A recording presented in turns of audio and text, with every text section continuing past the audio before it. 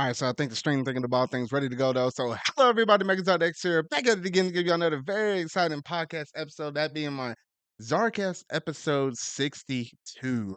Now I know it's been at least a few solid weeks since I've been able to actually do this podcast though, but I'm glad to finally be back. I know what was it the past few weeks been dealing with a little bit of personal things, some unfortunate things, and then some happy moments, some sad moments. That's the reason why I was kind of gone for the past few weeks or so. But I'm glad to be able to be back here once again, though. But I'm back at just the right time, if I do say so myself, because there's been some buzz and stuff kind of going on. We're right before Tokyo Game Show. Really, that happens next week. But like all things that happen in the month of September, yeah, people expecting some showcases or things from Nintendo, like Nintendo Direct. I won't go too far heavy into that because I do have a video in the pipeline. I was literally working on it before dropping this podcast out, though. But I'll give more details and give a little bit of a sneak peek to it at some point during the show, though. But got a lot of other good things to actually talk about as well. I know PlayStation unfortunately did like a little price increase thing, which I was like, well, shoot. Oh shoot, hold on. Let me do something else because I think somebody else might wanted to join here. Okay. I might get one of my boys over here to join here in just a second though, and if he does, and he'll randomly pop up in here at one moment right now at some point though. But yeah, there's at least a good amount of stuff that should be popping up here fairly soon though. I do know that we got like what I said, got to talk about those PlayStation Plus increased things because that definitely rubbed me off the wrong way. Like, oh shoot, I got some stuff to say on that. Obviously, some besides the Nintendo Direct stuff, some Switch 2 rumor stuff has also managed to rear its head up once again though.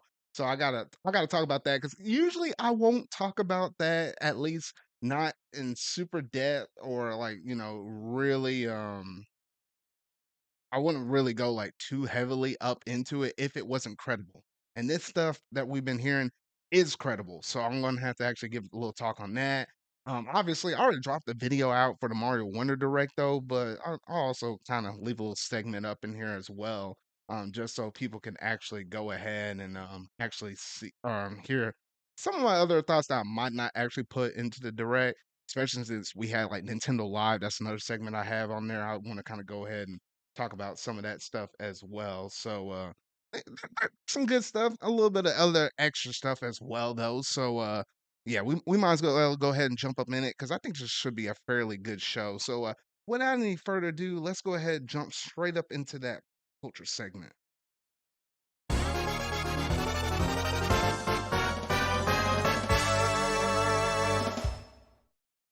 All right, first things first, even in the pop culture segment, I actually do not have a lot of stuff planned.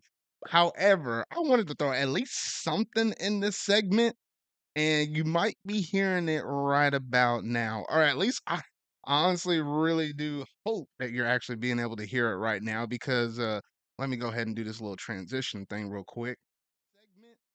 Because now what you can kind of see right now, first time I actually show my face here on the podcast. Do it in my videos all the time though, but in terms of like actually showing my face in the podcast, I just hadn't really took the time to actually go through and do this stuff. But as you can see, I don't have my blue Yeti mic though. Usually be sitting like right over here. I actually got like a Shure MV7 microphone now, so a little bit different. Hopefully, it sounded a little bit better. I've been going through and tweaking some things though, so basically from this point forward, every video I'll be dropping out on the channel though will now be using this mic. I don't think I have anything else pre-recorded before I got this mic though, so everything should be rolling with this new microphone right now though. So I think that's like basically the major channel update that I have going right now. I do know with it being like the peak time of dropping all of these games, like dude, they've been dropping a lot of September games out. Well, obviously, like what we had like the Splatoon DLC stuff, we had the Shredder's Revenge DLC. Hadn't even managed to sit down and actually play that one yet. On top of I know this week we're supposed to have the Pokemon DLC stuff that drops out on Wednesday, and then another game I like, Eternite. So you should probably be expecting some more.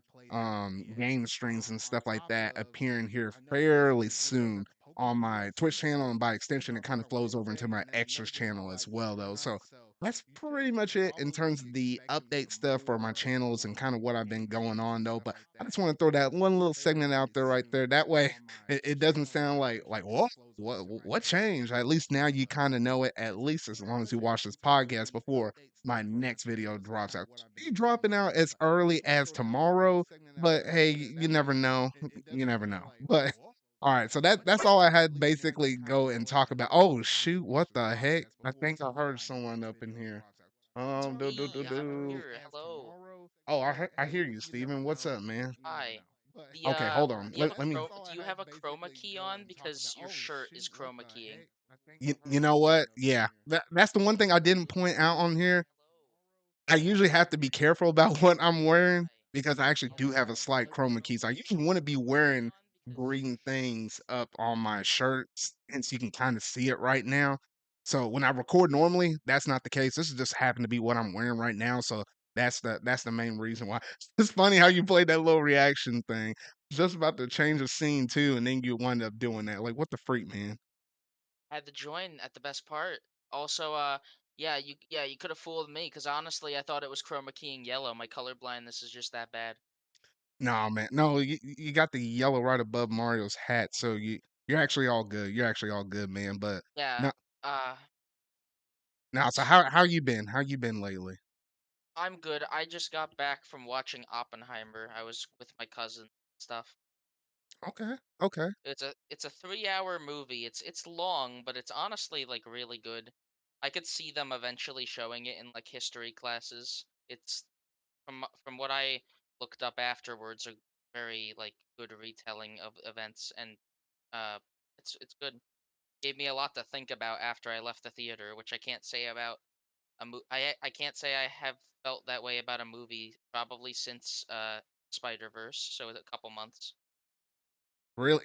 See, that's the thing that always gets me is those 3-hour long movies. I just can't shoot. There's very few movies I can deal with that's like 3 hours. One of them Yeah. is Avengers Endgame. I could put up with that. And I bet you there was like another one. There's a lot You've of movies that seen the kind of get up. Batman. Yeah, I seen the Batman. I hated that movie. I do not like that movie. I do not like that movie. I like Agreed, Batman it's as a good. character. I like that character. But whole shoot, man, I just Do couldn't you deal with him. do you like The Dark Knight out of curiosity? Because Yes, it's direct it's been a while. It's been a it while, is but that movie was definitely directed better than by that. Yeah, yeah, it's directed by the guy who directed the entire Dark Knight trilogy. So yeah. you yeah, it's definitely shot very well, and I watched it in IMAX. I was trying to catch it before it left theaters, which I think it leaves theaters soon. But it was good. Oh, Finally got back. alrighty, man. Well, you jumped in at the right time. So, okay, all right. I don't know why I did all of that. All right, yeah. It played my introduction again because I had the camera thing rolling on here though. But yeah, no, you joined at a good point because the fact that this was just kind of the intro breakdown and whatnot. I hadn't even gone into my topics. I was gonna have a pop culture segment, but I really didn't have anything, so I was just kind of introducing people to my new mic and few different other mini channel updates. But yeah, that's basically what's been going down right now, though. But no, man, it's good to see you. So well, I guess we'll go ahead and jump straight up into that gaming news.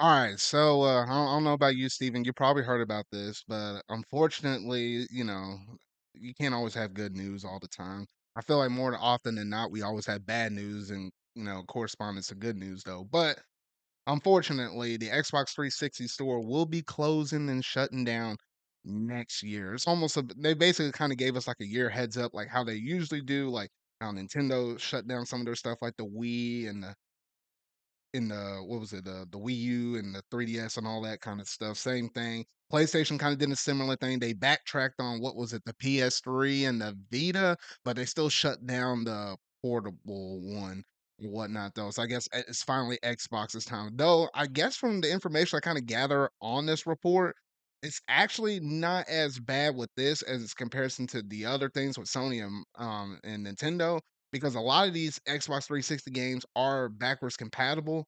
So you have a way of still technically playing these games. It's just for a very few small number of games, you're actually not gonna be able to have access to this though. But how do you feel on this? I never grew up with an Xbox Wait, 360, but have you, Steven? question, because yes, I did grow up with an Xbox 360.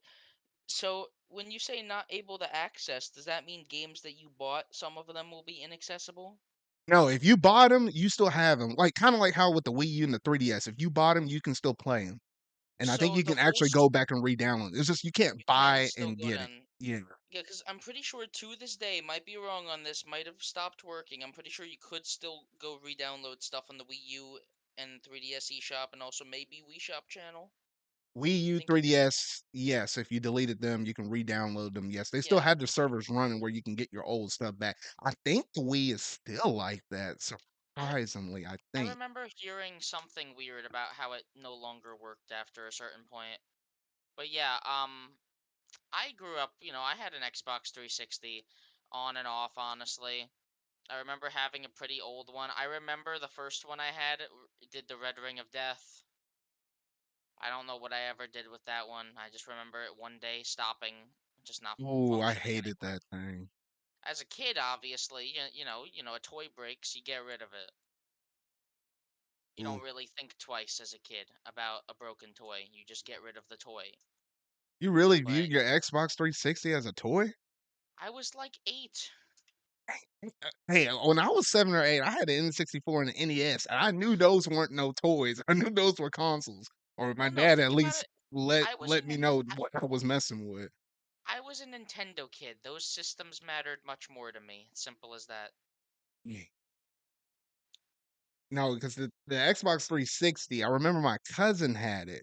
So I had most of my experience via that with my cousin. And what was it? He played a couple of things off there. It might have been a Call of Duty or game or something like that. I think I actually played Shadow the Hedgehog up on that thing. I think that's how I got revealed to my cousin on my cousin revealed that game to me. I was like, what the heck? But yeah, there's just a little bit of stuff. Oh, what was it? Was it the Xbox 360 Connect? That was with the system, right? The Connect, yeah, Yeah. it was No, the yeah, Connect that was the other first. thing. I remember the Connect well because I think there were some people. I think I was at a church function with like an old year out, New Year in, like like a New Year's Eve party or whatnot. Though I remember someone set up that Connect and like you move your hands around and whatnot. That was pretty memorable. I had not messed with it too much, but the moments I did, I remember those moments pretty fond. I guess that was before the Wii got all of its crazy stuff. But yeah. Probably. Yeah, I remember being locked in. We had to evacuate my house due to a hurricane, so I went over a cousin's house and we played like Xbox 360. I think we played that Connect Adventures game, whatever one that Rare made, because Rare made a Connect game. We played that. We played like Guitar Hero. It was fun. I have fond memories of the 360. It has my favorite controller to date. I still love the Xbox 360 controller so much. It was the first system that introduced me to Minecraft, and obviously Minecraft is a classic. It's great. Okay. Okay. Um, I have fond memories of it. I can't necessarily off the top of my head remember any actual exclusives I played on it. Like I wasn't a big shooty fan. I didn't play I didn't play Halo. I didn't play Gears of War. None of that stuff. I kind of stuck to only a couple games. Games I do remember playing on it though. I played a lot of Mortal Kombat with my dad on it. Might have Ooh, been Mortal Kombat 9, I think. okay. Okay. It's great though. Mortal Kombat 9 specifically is like a great game, and I think it came out on that generation of systems. Depending on the version, they had different characters. Hmm. So that's my main experience with base Xbox. Obviously, nowadays I can appreciate it for what it was, and might stir up some flame wars here, but see it as the arguably best console of that generation. And No, I'm a Nintendo fan, and I'll still say the library for the 360 was probably better than what the Wii got. I'm sorry. Yeah. For those wondering, you have up until July 2024 before the shops will actually shut down. It actually, to be specific, it actually shuts down on July the 29th, 2024. So you have up to the 28th to buy whatever you want off that shop before it goes down. Since Important the backwards question. compat stuff kicks in, not everything's technically really gone, but what? Important question. Technically, if like any of that stuff was backwards compatible to one, like Xbox One and Series X and all that, could you have transferred it over by now? Does it work like that for digital as well? Like is it all connected to your Microsoft account Yeah, and I nowadays? I believe it's all connected to your, Microsoft account. I just know I think, like, when you booting up the actual Xbox 360 store on your Xbox 360, I just don't think you're able to do it via that way anymore. There's certain games I think got moved over where I think you can technically purchase them on newer consoles on a slightly different storefront, and I think some of them, maybe the game developers have just kinda moved it up with their backwards compat. It's weird, everybody always mentions backwards compat with this thing, and because I'm not super in that ecosystem, like, I don't own an Xbox console, I can play Xbox games if they're, like, on Game Pass or via on the PC side of things. I just run that stuff off my ROG Ally if anything interested me, but, nah, since I don't actually own those consoles, I can't fully vouch for it besides what I'm kind of reading up on here. Yeah, Xbox 360 was definitely one of those golden ages of console generations. This is when gaming started to kind of gain traction as more than just more than just a niche thing. Because that's what it was back in the day. If you played video games, you were a nerd. Yeah. Well, oh, dude, the Now if you times play changed video because games, you're a normie. So no, it's funny times have because changed. the times have changed because of the fact that, literally this is like what was it? The most profitable media, like, it's this industry, the gaming industry is technically bigger than the movie industry. Think about it. All these people that buy tickets for, like, what, maybe let's say the most expensive ticket is like a $13 ticket, but your average person that plays the game literally buys a game $60, now about to be $70, and $60, if you were to divide that by 12, let's say the game or the movie tickets were $12 a pop, it's literally like the equivalent of them buying 5 movie tickets for, like, their whole family just for one singular person. So you can kinda do the math and see why, the gaming industry is actually bigger than the Yeah. movie industry at this point, though. But But then these kids, they grew up and they realized, "Oh, I have my own money to buy my own games."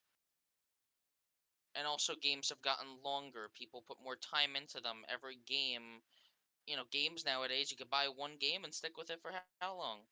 So it only makes sense that games have gotten bigger. yeah. Yeah, so that's pretty much I think all we had to say on the Xbox side of things. A little sad to see when a digital storefront actually shuts down, but I One mean, we're comment, just kinda working towards that digital future. one comment I would like to make. I am fact checking this before I say it. On Xbox Live Arcade on Xbox 360, you can get, in my opinion, the best version of Plants vs. Zombies, which includes widescreen, controller support, which just makes it a bit more casual to play. You can sit back and play it a lot easier, and you get a cool multiplayer mode. And I think they had some more improvements to like the other modes. I don't know if you've played it.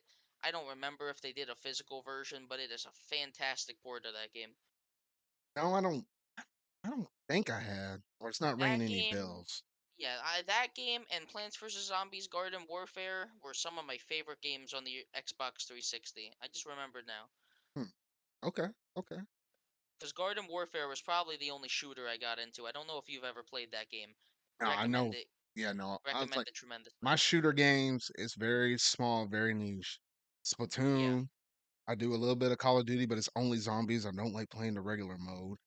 I And get you. Doom, those are like my primary bread and butter three. It's not much more beyond that. Well, yeah, I guess the only other thing I'll say is that this system really is where shooters and Xbox Live got so big.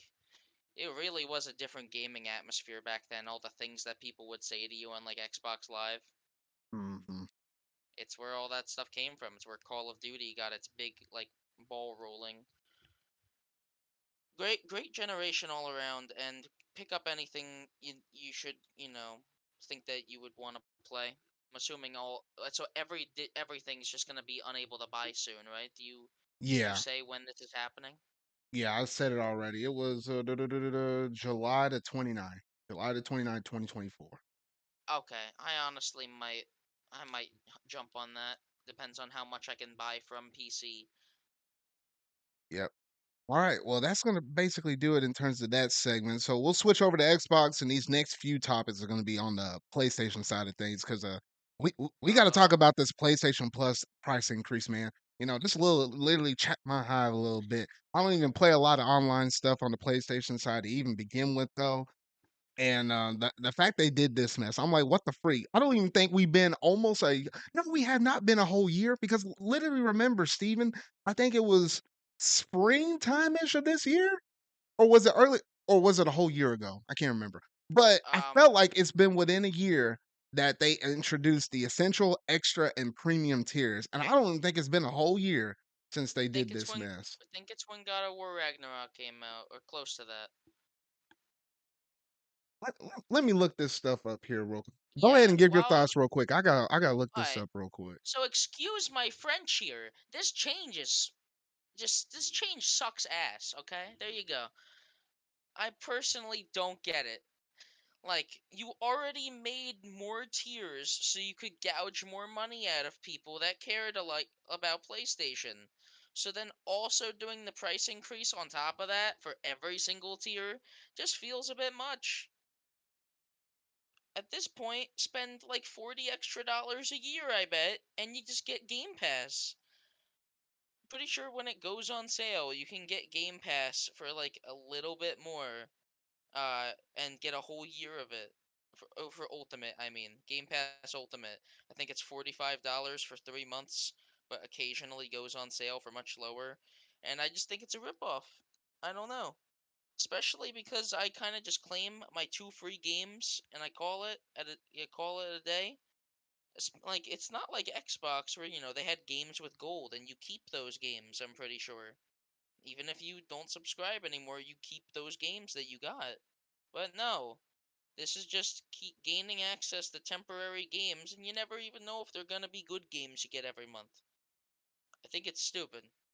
Oh yeah, it really is. And I found a date. So this whole entire essential, extra, and premium tier, it kicked off June of last year. So June of 2022. So it's been a So year. it's been a little over a year, been like a year and almost 3 months.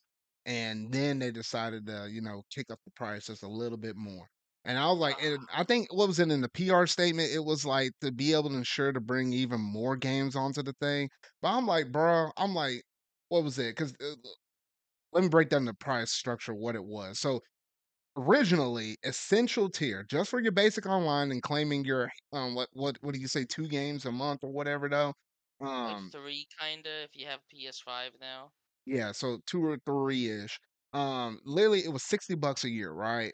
And this is not the monthly. We're just gonna do the yearly stuff. For essential, it was $60 a year. That has moved up to $80. Now, when you look up, so that's been a $20 increase for just the basic tier, just to play your basic online games and claim a few games a month. So I was like, oh shoot, that sucks, but it doesn't sound almost completely. It still sucks. And then when you step into the extra tier was originally priced at like $100 for a whole entire year, but that sucker moved up to $135. I'm like, what on earth are y'all even doing here? Like, bro, straight, man, that was a $35 increase. And then you go over here and look at premium. Premium originally was $120, and now they moved that up to basically $160. That's a $40 increase. I'm really looking over here. I'm originally in the premium tier. Now, don't say, wait, why do you spend all that crazy money? It's not even that good. Trust me, it is not that good. But I took advantage of the PlayStation Now stuff before it rolled over into these new tiers. So I was actually paying $60, which was your basic old tier, and was able to actually upgrade to premium because if you had PlayStation Now, they just put you in the premium tier. So I took advantage of the system. So that's why I'm in premium right now. Otherwise, I would have been probably an extra because I like the extra games that give you an extra. but oh shoot, these price increases, it's like, what the freak? So I literally checked over. I'm literally looking at my PlayStation app thing right now, Yeah. and And I hate the fact that it's costing that much. it's not I wouldn't even say this is comparable to Game Pass. Where Game Pass, you could have that for a year and be perfectly fine.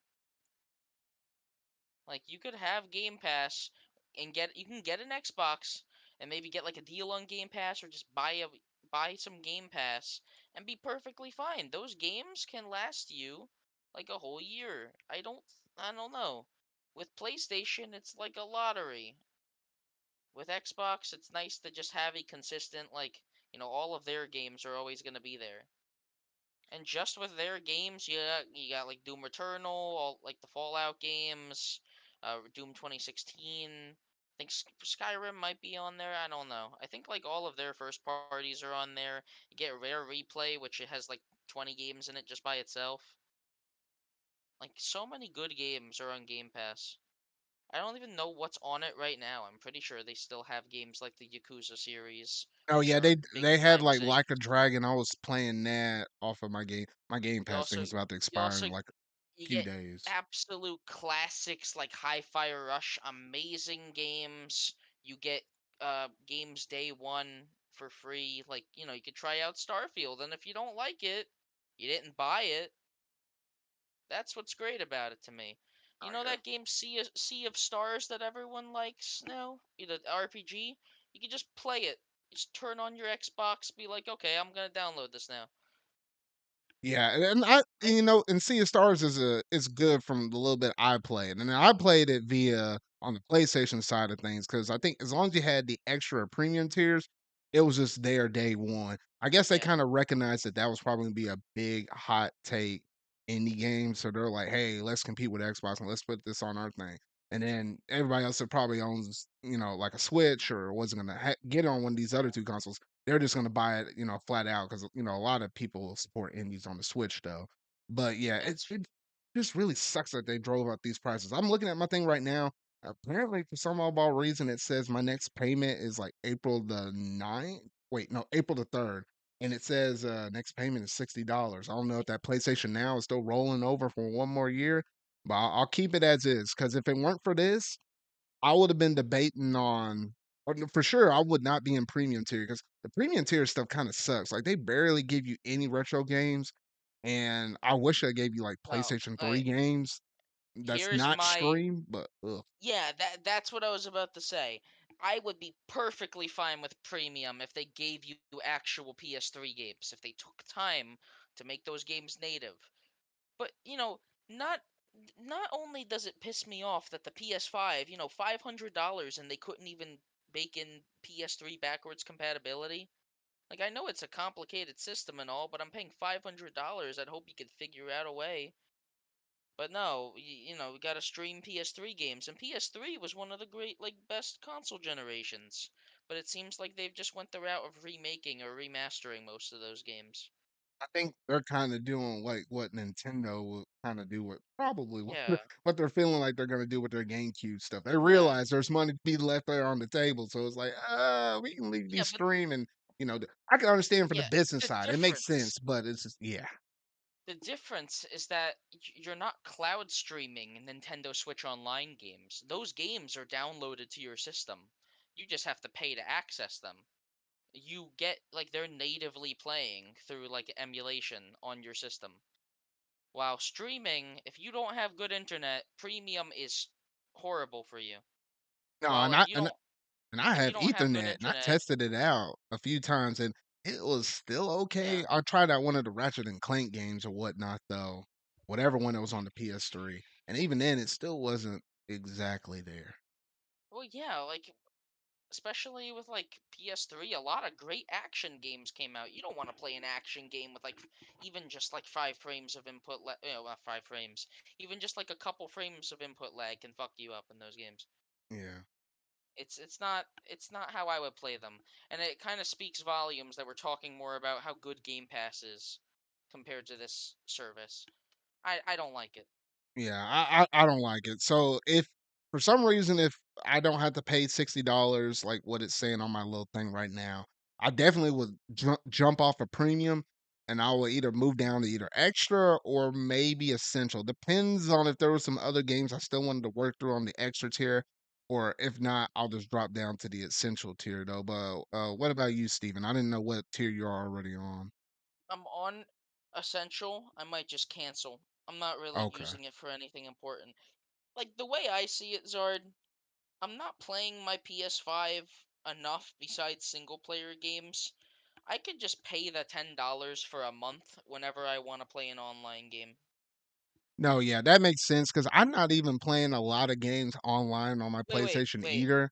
The only thing that it would be Street Fighter 6, and then there's also a couple other games that are coming up here fairly soon in November. I was gonna get Grand Blue Fantasy Versus Rising, which is a fighting game. So you know how you gotta play your fighting games online. And then Yeah, also Grand Blue Fantasy Rising, which is a game that comes out February 2024, and that has like a big online component as well where you're able to do like quests and battle people and stuff like that.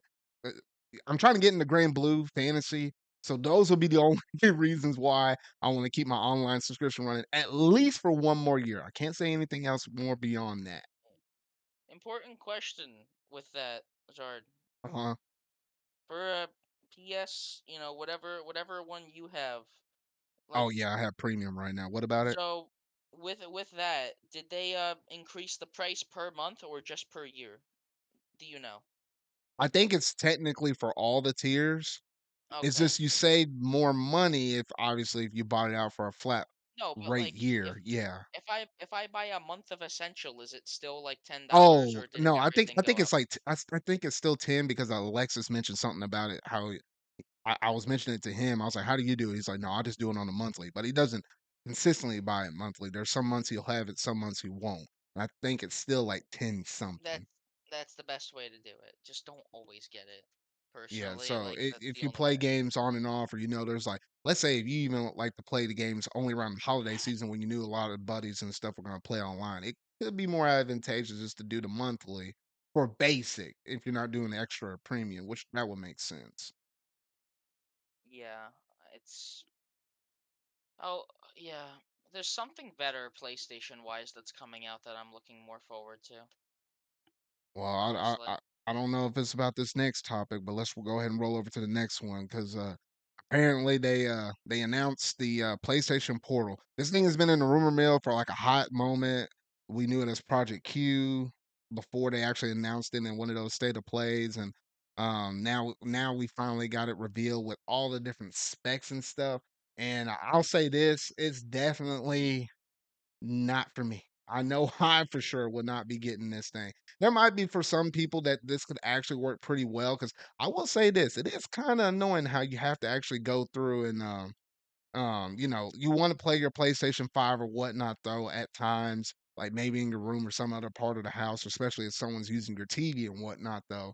But when you're obviously when you want to do that, it's kinda hard, if not impossible. Yes, there's are some ways how you can do it right now via, like, remote play and stuff you're able to do off your smartphone and whatnot, though, but I guess Sony's trying to bridge the gap, with this device, though. So I have a few little specs here, that they actually managed to throw up. So apparently it has no Bluetooth. I don't know how.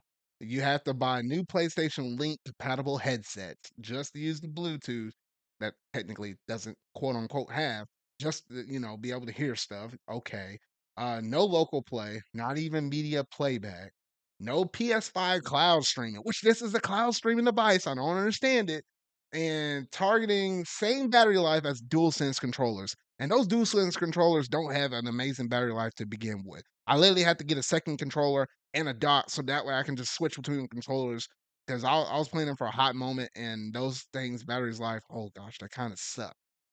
I don't know about you, Steven, but man, this is a very small percentage of people that this will probably catch any remote interest for.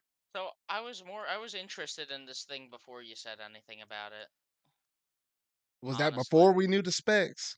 no, I'm just saying like all that negative stuff you said about it. I didn't necessarily know. Oh, okay. So yeah, that's kind of disappointing, honestly.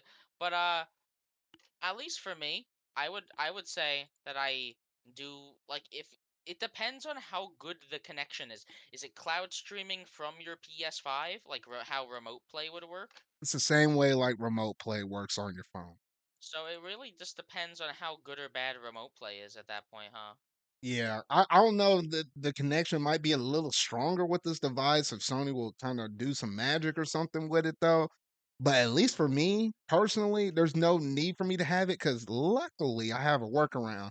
I had the Asus ROG Ally. I've been pushing that thing out real hard though. But I managed to get some things like Chiaki and download a couple things to actually make it work with it though. But I got it where my ROG Ally can actually stream stuff straight from my console to my device. And obviously that thing can run games natively. Like I can run all my retro games via emulated or download other things via off of Steam or whatnot though. So I can use it for a lot of other things besides remote play. And it can also still remote play my PlayStation 5 games. So I'm actually all good. I'm all content.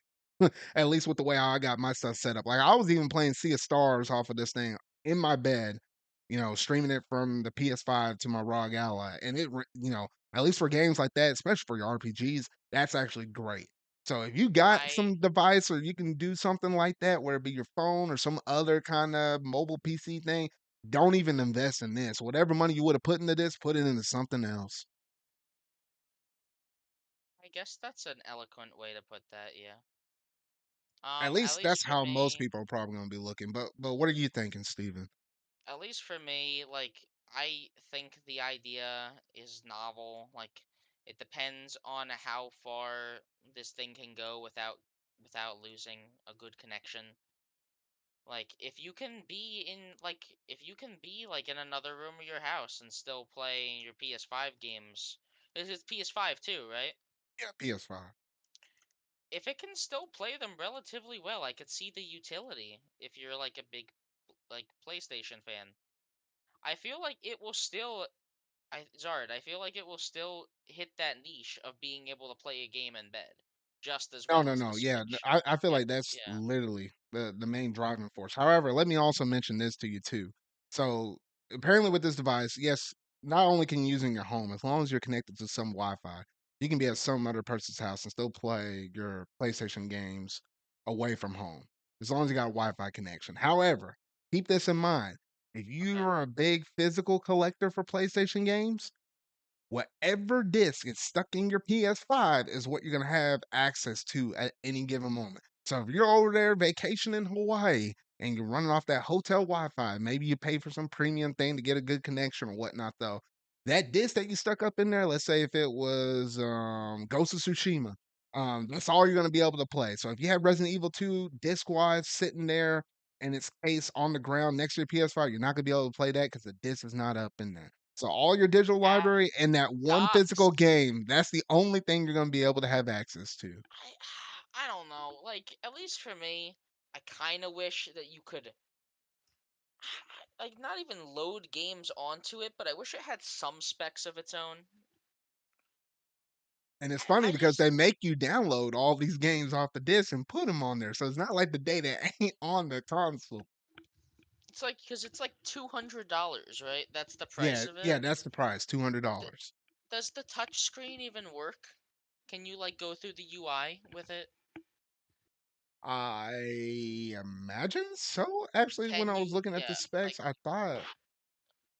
now, thought it had a another touchscreen. question: can you stream? Can is there like a way to cast this onto a TV? If I'm at a No, friend's from house, all the stuff I've been seeing, no. okay.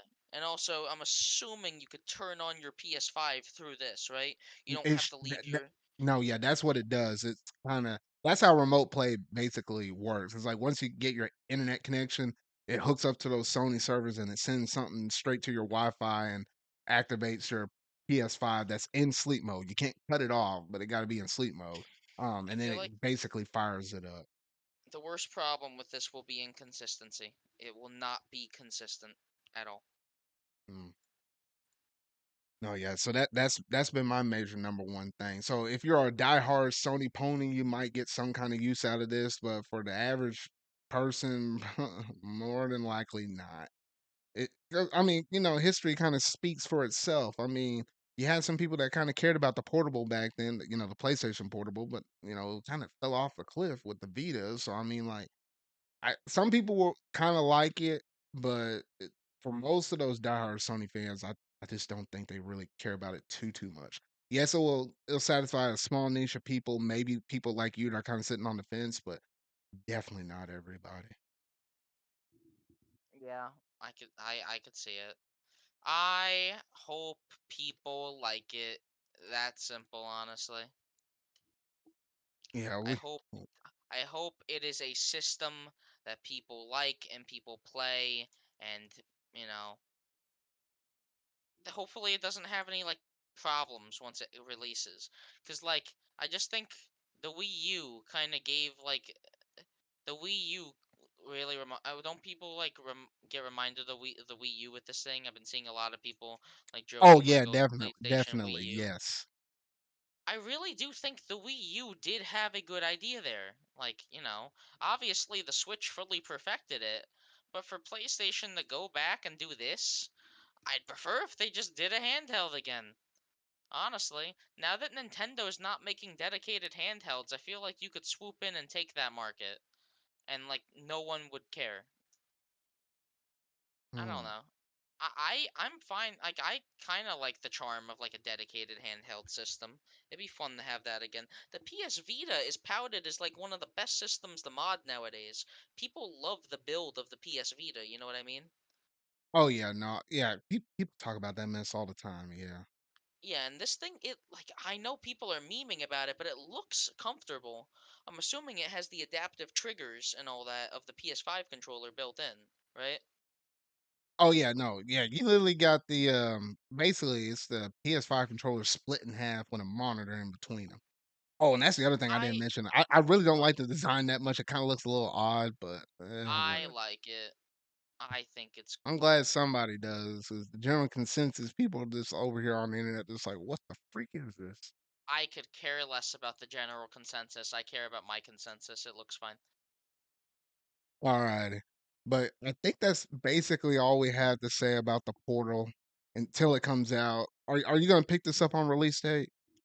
No. Like Oh, okay. I already told you I don't play my PS5 nearly enough. I'm Okay. not picking this up on early. When does it come out? Sometime this holiday. I don't think they actually gave like an actual hardcore No, wait, no, never mind. Take that back. November 15th. November 15th. Okay. So Literally like the I bet day after my birthday. yeah, a lot of Okay. people are gonna be playing like Spider-Man 2 on this thing.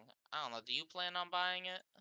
No, I'm no. Since I have my Asus ROG Ally, it literally does everything that this system does. So there's no need for me to get this thing. Here's the thing. It really depends on how much I like Spider-Man 2. Because if I like Spider-Man 2 and I decide, hey, I kind of want to, play this game on the go, yeah, then fine. Like, it's like, if it runs things relatively well, and I can play, like, PS5 games on the go, I'll go for it. Whatever. But, like, the fact that it has to be tethered to internet means that the whole handheld notion is stupid. Because I'm assuming if you're in an area with like no service, does it just not work? Oh yeah, no, it's pointless at that point. You gotta have an internet Yeah, connection. Yeah. that that by itself makes it just infinitely less useful. That's why I like my ROG Ally better. If I didn't have an internet connection, I can just play one of the games I had downloaded and installed on that thing. And then when the internet connection popped back up, then I could play off my PlayStation It's if I yeah, wanted to. it's basically a PC at least for the ROG Ally. So yeah, you could just put whatever you want on it. You could just have like an SD card in your pocket, Zard, with like all the games you could possibly want to play, just on it. Oh, yep, that's Like basically what I do. it's yeah, it's simple. It's as simple as that. And I honestly don't understand it at all. But it looks fun. Like if I have $200 to spare, I might buy it for the novelty. All righty. Yeah, Well, but I'm not gonna have $200 to spare. I bet in the next couple weeks. So no, bullshit. no, not with how crazy October is, but yeah. So I guess that's basically all we have about the portal. So we got one more thing in the pipeline. This one shouldn't take that long as a topic, but one more thing that's kind of closely associated with PlayStation. It technically could be part of Xbox as well, because I guess Microsoft's trying to get that bag with Atlas though. But we did manage to actually get a release date for Persona 3 Reload, and it is coming out on February the 2nd of 2024. Now, I'm a bit upset about this release date because mind you, Steven, January we had that Prince of Persia game that comes out a couple weeks before this. There's a Grand Blue Yeah, Fantasy Relink game that literally comes out on February the 1st. This game comes out on February the 2nd. Keep in mind, we still got Final Fantasy VII Rebirth that still is quote unquote early 2024. And then yeah, we okay. also have the next Yakuza game that comes after Like a Dragon, also in early 2024. And I'm like, if those games come out too close to each other, something's gonna bend and break. I know at least with me personally, with how long I put in my hours in for like Persona 5 Royal, at least with 3 Reload, that's a solid month. It could easily take me a whole month for me to sit down and play from start to finish and beat the game. Let alone me trying to fit in time with Grand Blue Fantasy Relink and everything else. So for all y'all game developers out there and for the business people, because y'all make the decisions, do not release any other games out in early 2024. Please. I need something like May and onward. I don't need anything else that early. Oh shoot. We're not gonna get that lucky. Oh, I don't know. We're I just screwed. don't know. We We're screwed, probably Zard. are. I mean, because October's already been crazy enough. And I feel like this is gonna be nonstop up until like the month of December, and then we can finally catch a breath. I'm like, what the heck? Yeah, but at the same time, we're gonna look back on this. We're gonna look back on this in a couple years and be like, "Damn, really good year, huh?" No, yeah, it's gonna be a good year. Yeah, it's just Like, for I people just like don't me that like a lot remember. of things. Oh, I don't remember 2017 being this overwhelming. 2017, we had a Was it?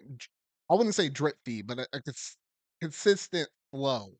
Like And you we had had some. something big every month, usually. Yeah, but this is crazy. We have multiple big things in the same month. Now we're getting to Yeah. that point where I'm like, oh my god, there's so much. It's almost to the point where you have to make a sacrifice. You have to kind of choose what you want. Yeah, And knowing but me, I'm still gonna buy everything. It's just a matter of fact of when I'm gonna actually sit down and play them. But yeah, ooh. talking about the topic, yeah, I guess the Persona game looks cool. I guess. I don't know. I'm not a Persona fan, don't No, ask me. I know you ain't a Persona fan. Me, on the other hand, already pre-ordered the collector's edition twice. No, no, I'm not gonna plan on keeping both copies. I literally pre-ordered the second, and mind you, this collector's edition was like, what was it, $200? Yeah, it was $200. The only limited edition I would be willing to chunk up that much stuff for. Literally, was it? I got it on Amazon first because I was thinking, I was like, I'm gonna pre-order wherever I can get it first, and then it came out on Best Buy, and then I pre-ordered there. So eventually, when I get closer and it looks like both of them are locked, I'll just cancel the Amazon, keep the Best Buy so I can get Persona 3 Reload actually on its release date. Instead, I don't buy a lot of limited editions. I actually bought the Grand Blue Fantasy one as well, and I think that one was like 200 as well. 200-ish. One of them I felt like was 200. The other one I felt like was like a 170-ish or something like I don't know. But roughly around 200 for both of those. So that's why I'm like, that's already a good chunk of change already at the beginning of the year. So I really don't need too much other stuff coming out though. But from what I've been seeing from Persona 3 Reload, as well as like some stuff about PAX West, which I have a little segment for that a little later in the show. But it looks really good. The game looks really promising, but I can't say much more beyond that. All right, so with all of that out the way, now we can go ahead and talk about some Nintendo segment stuff. I already technically made a video on this for Charles Martinet actually retiring and becoming a Mario brand ambassador. I kind of made a video on that already when they originally gave us that statement out there on Twitter. But since then, we actually managed to get the video format of it. I don't know why they didn't do it all in one fell swoop. That just kind of seemed odd to me. But lo and behold, now we got both pieces of information though. Still a little bit bittersweet, but if you checked out my video, you already know my thoughts though. But I want to hear from your thoughts, Stephen. Uh, how did this all make you feel? It's bittersweet, but like, we still don't necessarily know what being a Mario ambassador is. Probably just means he's going to events and like still, being like, okay, I love Nintendo, this and that.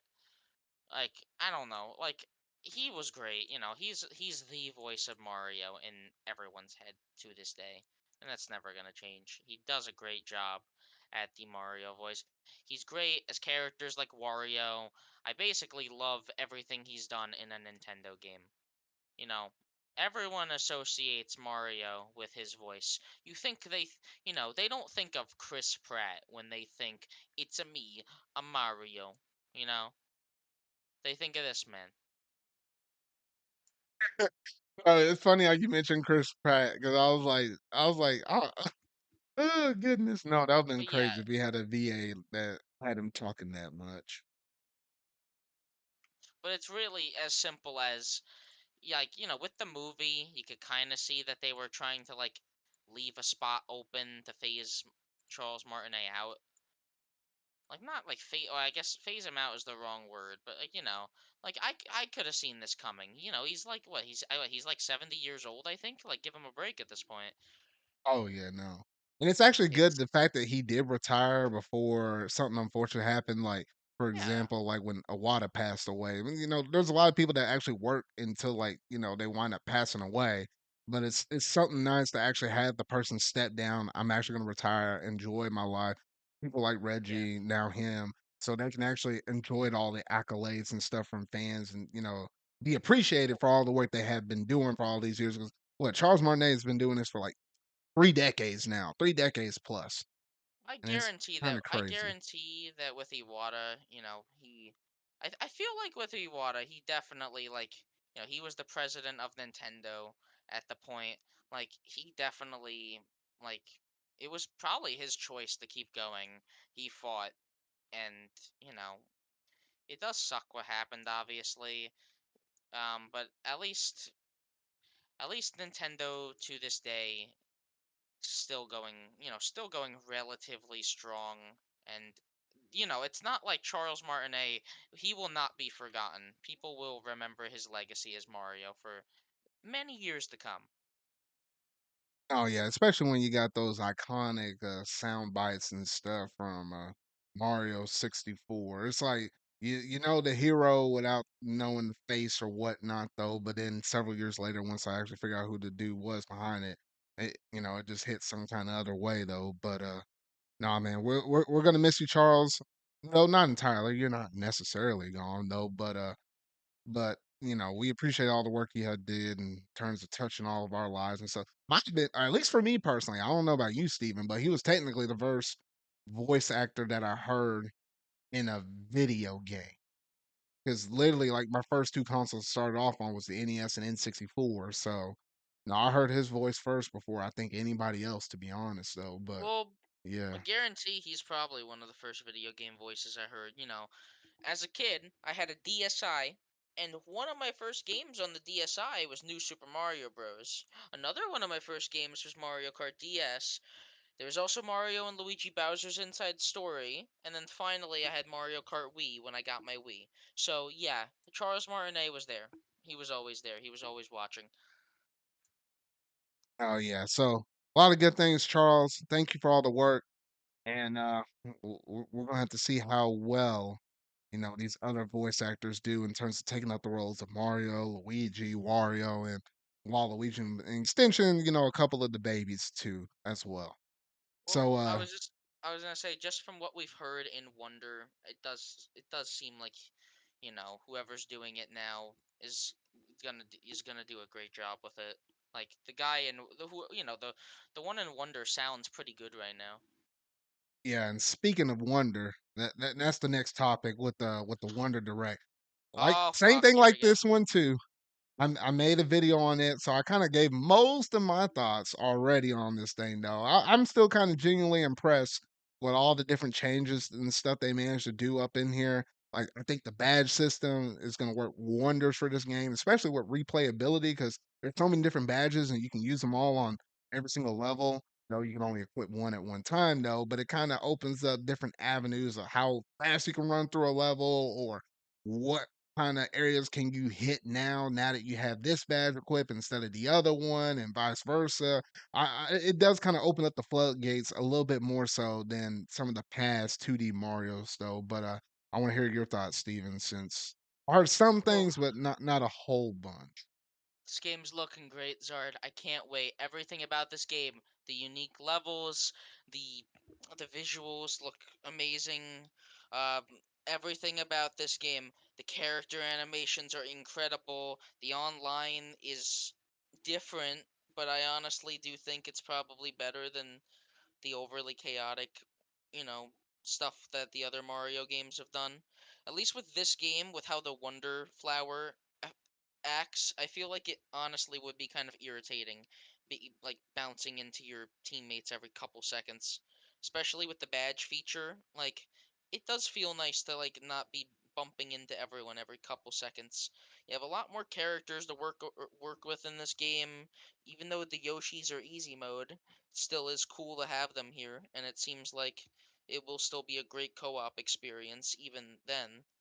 Um, I don't know. If you want to play a Mario game with that traditional multiplayer, with the wackiness, play 3D World Online or play New Super Mario Bros. U. Oh, play New Super Mario Brothers U Deluxe. It's on the console too. Yeah, but at the same time, this game's going to be 10 times better. Have you seen it? No, I Have you no, seen no, it? I mean for the My God. wackiness part. Yeah. I am a little upset you can't throw a person down in the pit, and I am a little bit upset how you can't play what was it, the co-op mode or the local player mode via online. I wish that Well, was a guess thing what? though. But luckily, they have that mode where you can kind of do a speed run thing or get to an objective first or yada yada yada. At least there's something there. Yeah, you can like hang out with your friends. It's like Ghost, like a ghost of your friend is there, but it seems like it probably acts in real time. So it's like kind of playing with your friends, but like you can't interact with them. But I feel like it'd be fun. Like imagine you're playing the game and you're like, "Oh, it's that guy. It's my friend. Hello." Give him an item or something. It's like a nice little social aspect. It's kind of like what Miiverse tried to do in like Mario 3D World. I swear that in one of those Mario games with Miiverse, you could like give people items or something. I know that you could like post stamps and stuff, but this is more of a social aspect that I actually enjoy because I think it will just show random players as well. I don't think it's only I don't think it's only the people that you're friends with that show up. Either way, everything about this game, Zard, literally everything about this game looks fantastic. I'm going that far. Just I watched footage of the full demo. All of the levels look fun.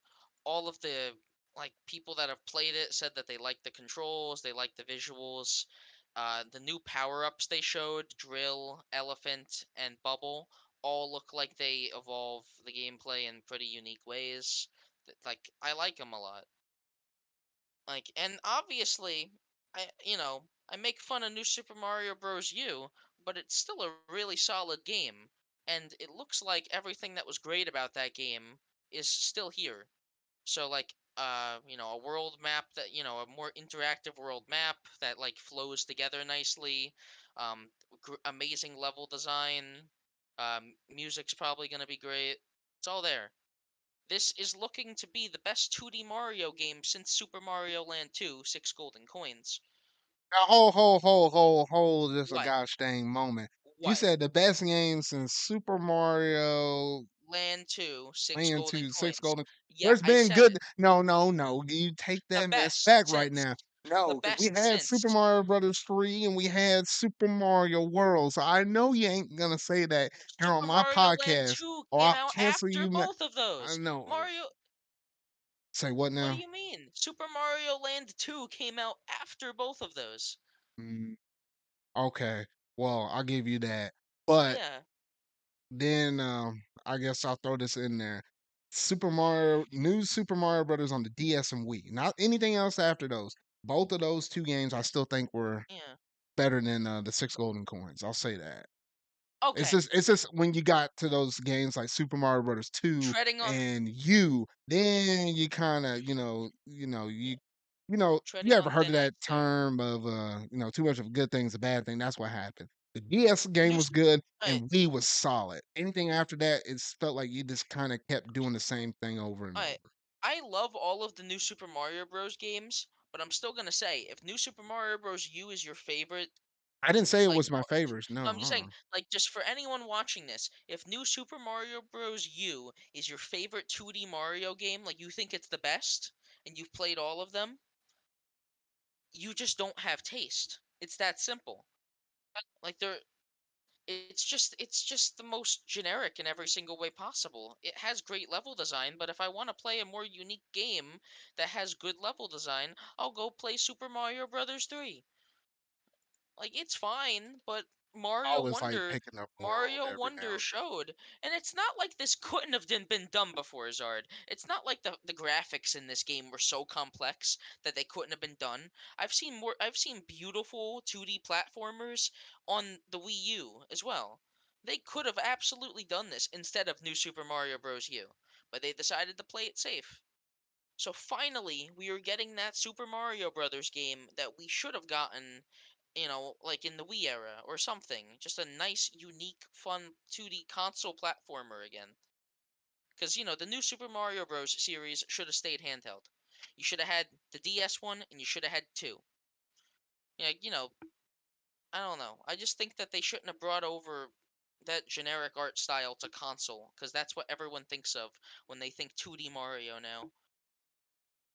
So, oh yeah.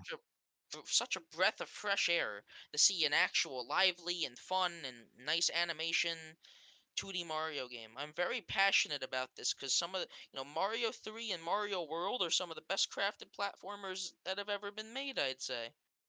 So it's nice to see something that I have absolutely no issues with. I can't think of a single problem with this game from seeing that direct. Single one. It seems like they counted the world map. There's going to be like over 100, like probably over 100 levels. So it's going to have tons to do. It's probably going to have great like speedrun potential as well because of that one badge that makes you permanently run, depending on how easy that is to get. It's Oh great. yeah, yeah. I guess I'll. This is probably the one last thing I could say on, or at least for Wonder side of things, though. I'm glad they actually gave you some gosh dang reasoning behind collecting coins. No, not your standard yellow coins, but there are purple coins in here. I guess they kind of pulled a little bit of inspiration from Mario Odyssey because that's where the purple coins kind of originated from, but you're actually able to use these coins, the purple ones, to actually purchase badges and maybe a couple other things. So it gives you reason to actually collect those in a level and give you some sake and purposes. Unlike New Super Mario Bros. 2 on the 3DS, where you're just getting coins just to get coins, and that was the whole point of the game. I was like, what the heck is that? But no, I'm glad that you got a reason to actually get these coins and you can actually use Yeah. them outside of the level. To give you a little purpose for not just blowing through the level really fast for no apparent reason. I will say that it's weird that the coin count goes into the decimals. Well, I I don't know if you've seen that.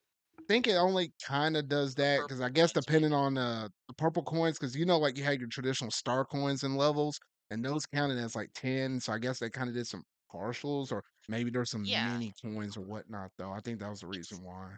it's weird. I don't get it, but like I feel like it's maybe just to give you the satisfaction of collecting something, but also not give you too many of them. Yeah, I think that's honestly what it is. It's not something to be probably thinking about too seriously, but I don't know. But I yeah, if it's something I guess it is kinda thought about, though, but, that's pretty much it in terms of most of our thoughts on the Wonder Direct. We don't have to wait too much longer on, for this game to come out because it literally comes out about a month from now, roughly. So yeah, so not too long to go. Just a handful more weeks, and we'll have this game in our hands along with like 20 other games, and trying to juggle between all of this different stuff at all one time. Oh shoot! All right. Well, that's gonna basically do it for the Wonder stuff. Now, I did have a segment on here. I did want to talk about some Nintendo Live stuff because this is the first time they actually held this event over here in for us in North America. I know they actually held this event at least a couple of times before in the past on the Japan side of things. Clint and Chris, the people that ran the Nintendo Live. No, oh, why did I say Nintendo Live? Nintendo Minute. Nintendo Minute. Yeah, They actually went to this event, and they also went to the one in Japan as well, though. But one thing I didn't recognize about this was it's actually a whole event within PAX West. Thought this was separate from PAX West until it actually all kind of broke out this weekend. I was like, wait a minute, this is kind of going on in the same week. I was like, oh shoot. I literally had a buddy or a friend that I actually knew from college, and he actually Apollo. You heard him over here on this channel before, like during like my podcast during like the holiday season and whatnot, though. But he actually wanted to actually go to Nintendo Live. He actually signed up to get those tickets because unfortunately it was like a lottery kind of thing for you to actually get signed up Damn. into this. And he unfortunately didn't get it. And I was like, dang, that kind of sucks. Because if he would have gone there and would have took all those pictures, I probably would have been showing you some of this stuff up here in the podcast right now. But unfortunately he didn't manage to make it there though. But after seeing all the fun events that you're able to do, like I didn't know if you saw some of this stuff, Steven, but they literally had some areas like they had like a Nintendo Power section where it was like all the Nintendo Power stuff you got back in the day around the 80s or whatnot. Like they had a whole dedicated room Kinda that seen was it. like, yeah, that was like dedicated to like if you had an NES back in the 80s or whatnot, though. I looked at some of those moments, I was like, dang, that looks I really cool. seen Cause it kind of reminded me of like my grandparents, way how they had their house. 'Cause you know how older people are, they kind of, you know, they had Yeah, some of they're their old weird. antiques and stuff. So I saw some stuff in there. I actually remember them. Actually, I was like, wait a minute, I've seen that before, or yada yada yada. Though, so just to take a trip down memory lane, I kinda actually liked some of that stuff that they had, at least from some of the exhibits and stuff. Did you have something to say real quick? I was gonna say I know they brought back. Well, first of all, it was the you could actually play Mario Wonder on the demo floor, so that was cool for people that were able to actually play that early. I wish that would have been me. Honestly, yeah. My God, I would have loved to play that game early. But no, but besides that, they had like a little booth with Pikmin 4. I know they had a ton of their games. It really acted as like both, new game. Because if I knew Mario Wonder was gonna be there, like playable, which obviously we couldn't have known back then. Because I didn't, Mm. I expected this to just be like a little event for family. I didn't expect for this to actually be their PAX thing. I might have actually convinced my dad to like come with me if I knew. 'Cause it would have been fun, honestly. I think the next, like, convention that happens, if Nintendo does one of these again, I will definitely try to go, honestly. No, yeah, It and looked that's fun. something I was telling my friend that wanted to go. I was like, bro, I was like, next time, I was like, if they do Nintendo Live again, and if it's tied in with PAX West, I might honestly consider using my vacation time and actually making the trip over there to the Seattle area to actually do this. Because not only could you do some of the Nintendo Live stuff, but you can also do the other traditional PAX West stuff. You can get a good balance and mix between like both of these things at one given point. My only fear would be is I want to do so much stuff at Nintendo Live, and I want to do so much stuff with the traditional PAX West and doing certain panels and stuff. Like even Kit and Krista had a panel or whatnot though. Like they did like a live podcast. I would want to hear or listen and do some of those things. Be more juggling, like, how the heck do you get all this stuff done within the span of 4 days? I'll be there every single day. I heard some people that don't necessarily like going all days, but if I'm making a trip or vacation over there, of course I'm going all days or every single day and Yeah. whatnot though. Like, And I come love the on, fact don't that they don't also go to did one day. they did tournaments for Nintendo Live side of things. So you had like the what was it? The Smash Brothers Squad Strike Challenge. You had like Amiibo and Me. At least for the Amiibo one, it's not like I could us we could have participated in. I think it was like ages like 12 to 16, 10 to 16, I think. So Something like that. yeah, so we couldn't compete in that one. So that was like predominantly dedicated towards kids. Which, But obviously, Nintendo's for kids, yeah, you know? We so at sound least they like had a we few sound like events for babies them. over here. Yeah. So you had those two Smash events. Then you had like the Mario Kart one, which that one was actually really nice to see as well as the Splatoon 3 championships. And at least for Mario Kart and Splatoon 3, those ones were really fun to watch. I really love myself some competitive Splatoon 3. I just love that game that much. And for both of those two, the champions that actually won both of those are actually going to be able to compete in Nintendo Live of Japan, which I think is February of 2024 for the Oh, the yeah. worldwide championship. So I'll definitely be tuning in for that. Because it's been a while since we had a worldwide championship for like Splatoon.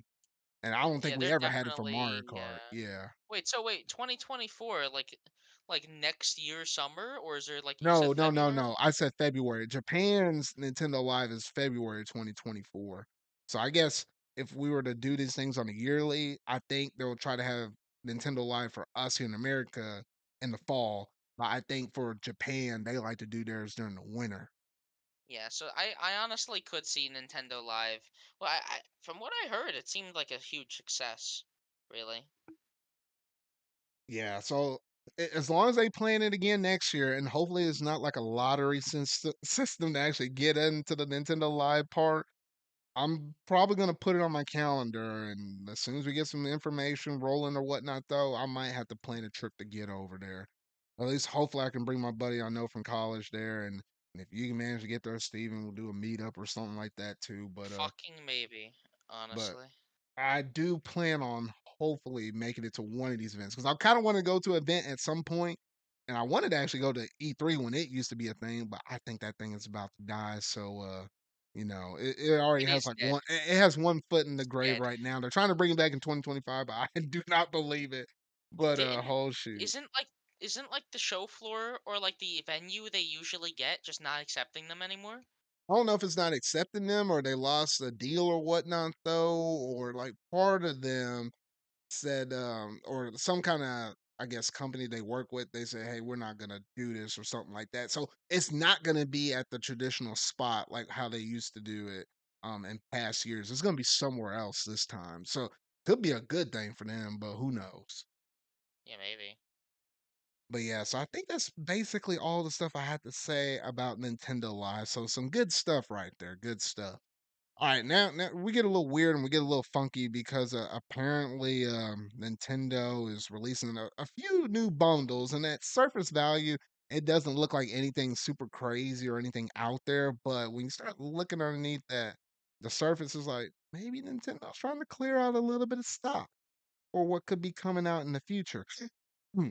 But yeah, so I'm referring to they have a new bundle for the Nintendo Switch itself, the basic model, the LCD model, not the OLED or whatnot though. And that one comes with at least for us over here in the America side of things, it comes with Mario Kart 8 Deluxe, which ain't nothing new. They usually do that as like their holiday bundle, but we do have that to look forward to. However, the interesting things is for the Nintendo Switch Lite, the blue edition as well as like that pink edition, they for some reason made the blue edition Walmart exclusive, the pink one Target exclusive, and it's bundled with Animal Crossing New Horizons.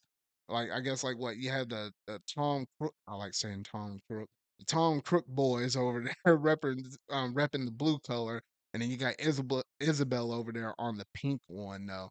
So that's at least for all of our editions over here in North America. However, I actually saw, I think in Europe, they actually have the basic version of the Nintendo Switch, and they're bundling Nintendo Switch Sports with that one.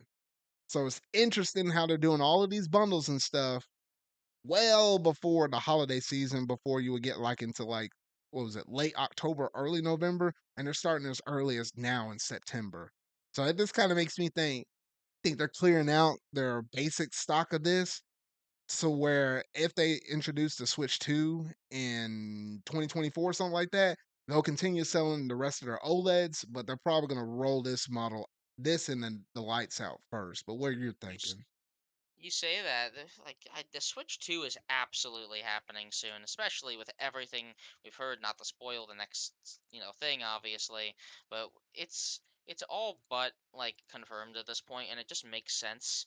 So I get it. Like honestly, my gripe with the Switch is that they didn't do more special editions. The 3DS had so many, and it was fun to see all the cool special editions they came up with, and they've been relatively tame with the Switch. Like what? They, like change the color. Uh, didn't on the actual Switch models? Didn't they change the color only like once? I mean, you had the Mario edition one, which actually, yeah, Yeah. well, actually, yeah, that's the thing with Yeah. Mario Wonder. They're actually doing that with the OLED model as well. But I think it was roughly around the 35th anniversary. They also did the Mario Red Switch again, but that was with the LED version. So we got it on both models of the system, OLED and the non-OLED. That we got the Mario Red color. I think if we were to look at every limited edition console, what you have Splatoon 3, Smash Brothers, Monster Hunter Rise, the Mario edition colors. Japan, I know they had like Dragon Quest. They actually have a Fortnite bundle one. And oh, and you have a couple of Pokemon ones, like you had the Pokemon Brilliant Diamond, I think. Brilliant Diamond and Shining Pearl, I think they had a couple of those like that. Now we had these Animal Crossing ones because those actually had some small designs on the back. And I think that's it. I might have missed a couple, but I think I hit everything that we had in the past.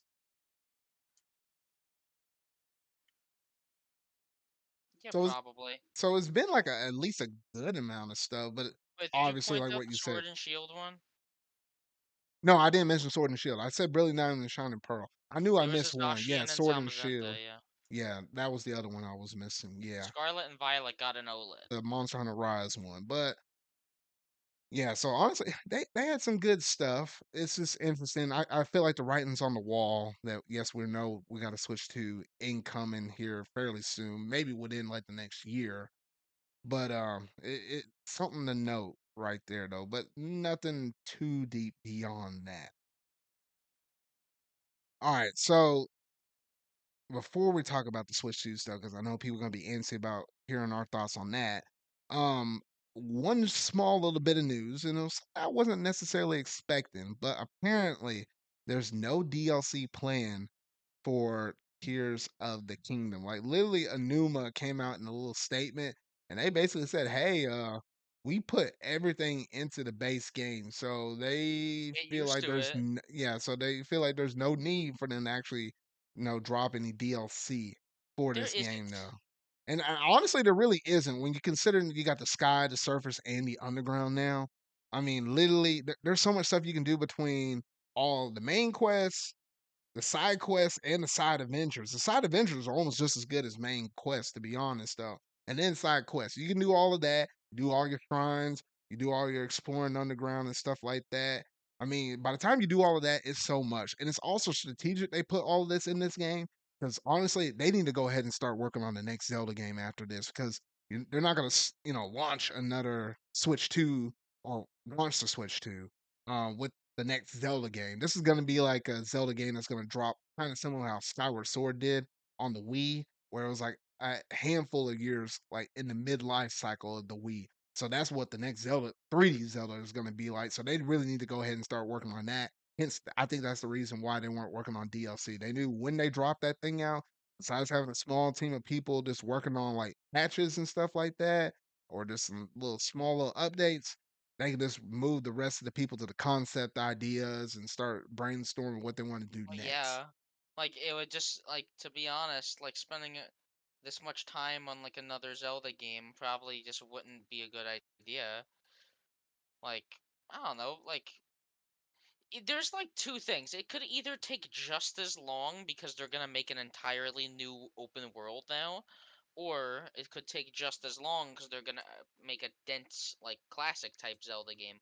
Which honestly, Zard, after seeing Breath of the Wild and Tears of the Kingdom, and with how big those games are to the gaming landscape, I kind of want Zelda to go back to like Ocarina of Time levels of structure. Not too Story wise, linear, yes, I agree with you no, on that. I Story wise, well guess what? Zelda games story for the last couple years has been fucking weird. I honestly just want like a not a classic type Zelda game, like a new 2D Zelda would be fantastic, I but feel like even just that's a new coming, but it'll be probably a remake of like something else. I don't well see it that's being a brand well no, new. that's the thing. I feel like Zelda recently is relying a little bit too much on remakes. Like No, I they feel need to like they remake some of them old 2D games, yeah, like Oracle Ages and well Seasons. yes. Who's Well gonna yeah, whip no, out their I Game Boy? Be understand. like, oh, I need to play some Oracle Ages and Seasons on this Yeah, old Game Boy. Heck but no. it feels like Zelda fans are so used to remakes that they're not like too open to new games anymore. Like stuff like Link Between Worlds was great. Nice new unique Zelda game that took inspiration from Link to the Past but still feels modern. More stuff like that. So, I you think they're know, also I playing the balance of making sure they can people can get their traditional Zeldas, but you don't want to put it too far out there in front of their face because then people are gonna be expecting that in their 3D games, and they're like, no, no, no, no, no, no, no. And Anuma came out and literally said this. This is the new future for Zelda games, like the open 3D world. They said that's the future of 3D Zelda. So we got that in terms of what we're kind of expecting though. My only thing is make sure story wise you're able to tell a good story, aka in similar structure like Ocarina of Time, Majora's Mask, Skyward Sword, like those storytelling in those games, put that mess and combine it with your 3D world open stuff, and then we really be cooking. Tears of the Kingdom is definitely by far better than OG Breath of the Wild, especially with storytelling. But I still feel Okay, like it could be a lot so better. that's a whole discussion. Objectively, Tears of the Kingdom is better. It is a better game. It has more to do in it. It is fun. Its mechanics, I'd say, work a little bit more hand in hand. But I still feel like Breath of the Wild is gonna be the game that's has more of a legacy. I mean, Tears of the obviously, Kingdom, because it broke the yeah. norm. That makes But sense. also, Tears of the Kingdom, like Breath of the Wild, still has the best beginning of any game I've ever played. The Great Plateau is such an amazing tutorial area that teaches everything you need to know in such a good way. But yeah, like I just want more than anything for them to keep making quality games, which Tears of the Kingdom has showed me that if you give them time to cook, they will cook. Oh yeah, and cook they always shall. But yeah, so Yeah, and not going too deep up in it though. We were just reporting there's not gonna be any DLC. So if you had it thank on your God. bucket list for your Nintendo Direct predictions, you might as well cross that sucker off. They literally came over unless they're playing some 4D chess with us, then no, don't expect it. It's kind of weird because they're giving us those Alright. amiibo, and you would kind of think, but no, I guess maybe Yeah. not though. Alright, well, sorry to rain on your parade, but the amiibo rewards are already in the game. Ah, okay, I gotcha. Yeah, like you get like paraglider stuff. No, that would be simple, pretty easy stuff to do. Yada yada yada. Yeah. So okay. All right, well, let's go ahead and jump over into this very last segment of the night, that being these Nintendo Switch 2 rumor reports. Now, you know Yeah. me. If I didn't think this was gonna be real, if I didn't think there was any kind of critical stuff, I'd never mention this mess in my podcast or my videos, or if I did mention it in the video, I'll be calling them out because it's kind of dumb or whatnot, though. I think I did that in the past. But for me to bring it up in the podcast, to actually bring it as a focal talking point, there's some logistics behind it. And you can look at my track record. I really hadn't been missing, at least when I've been reporting on stuff like this, though. But apparently, the Switch 2 has been kind of showed behind closed doors at Gamescom, showing like a tech demo of Breath of the Wild hitting beefier target specs. That doesn't necessarily confirm like a re-release of the game, but it's kind of like how similar how like PlayStation 5 kind of tech demo the original Spider-Man PS4. It's kind of them kind of doing something similar to it though. Obviously, Breath of the Wild would be they could have easily did Tears of the Kingdom, but obviously Breath of the Wild is probably the well-known game that everybody and their mama probably knew about since it was literally one of the first games to drop out on the Nintendo Switch. So it made sense for them to showcase that. But the fact that Eurogamer reported this is a very well credited known source to actually get information on. They would not necessarily report on this if they didn't have enough sources to kind of back this up. Not only did Eurogamer reported on this, but also VGC has also did it as well. And then everybody else in their mama kind of wanted to say a little bit of stuff here and there, though. But at least between those two sources, especially Eurogamer, things are starting to get add up. And I can definitely see this actually being a real deal thing of them showcasing off the Switch 2. However, what I feel like what probably happened behind those closed doors is they showed it on a big TV, but they did not show anybody that console. Because you did not, obviously, they'll control who's taking pictures and stuff like that, though. Like, you didn't want nobody kind of walking out of that room describing what the system actually looked like. So they probably had that Wait, wait, behind a wait. whole nother wall and probably ran an HDMI cord up into the TV. So they probably saw Well, whatever the thing alright. was docked. I'm pretty So sure. I was about to say, you got to remember the PS5 dev kit did not look anything like the PS5. So, we're going to get dev kit pictures. They're just not going to look like anything we know. And obviously, the Switch 2 dev kit probably isn't gonna be portable. Like, I don't know. It's gonna be weird. I feel like you'll be able to switch it to a portable mode. I don't think developers are actually gonna be like, "Oh, let me take the Switch out of the dock and test my game's Oh, no, because I performance." think the actual Switch dev kits themselves, I remember they came with, was it black Joy-Cons? Black I want to look. something, I'm looking this up. I'm but looking I this up. think I think they're actually, it is able to pop out to actually see how the game would run, but obviously you do your programming and stuff while it's Okay. technically docked. So I So a s- I remember seeing an image out there somewhere. so a Switch dev kit had like a very beefy backside to it. Like it had like ports and HDMI's and Ethernet cables built into it and all that stuff. Yeah. It was very interesting. Yeah, it had all black Joy-Cons, but finalized Joy-Con designs. Yep, so I was right about that. Yeah. So Yeah. yeah, so what I feel like at least during these behind closed door instances, they're just running HDMI cord up to the TV, probably behind a whole nother wall with like, all the Nintendo ninjas guarding that thing with their dear life. Wasn't gonna allow anybody to walk behind that second layer or whatnot though. So I feel like that's what they were saying. And according to some of the reports, they were saying that they had, from the footage of what they were actually shown, it's hitting some graphics that looks similar or comparable to modern day consoles such as the PS5 and Xbox Series X. And if you've been doing some digging with Nvidia and stuff like that with their DLSS stuff and their upscaling and stuff like that, talked about it, I think, a little bit here and there, not too much in depth though.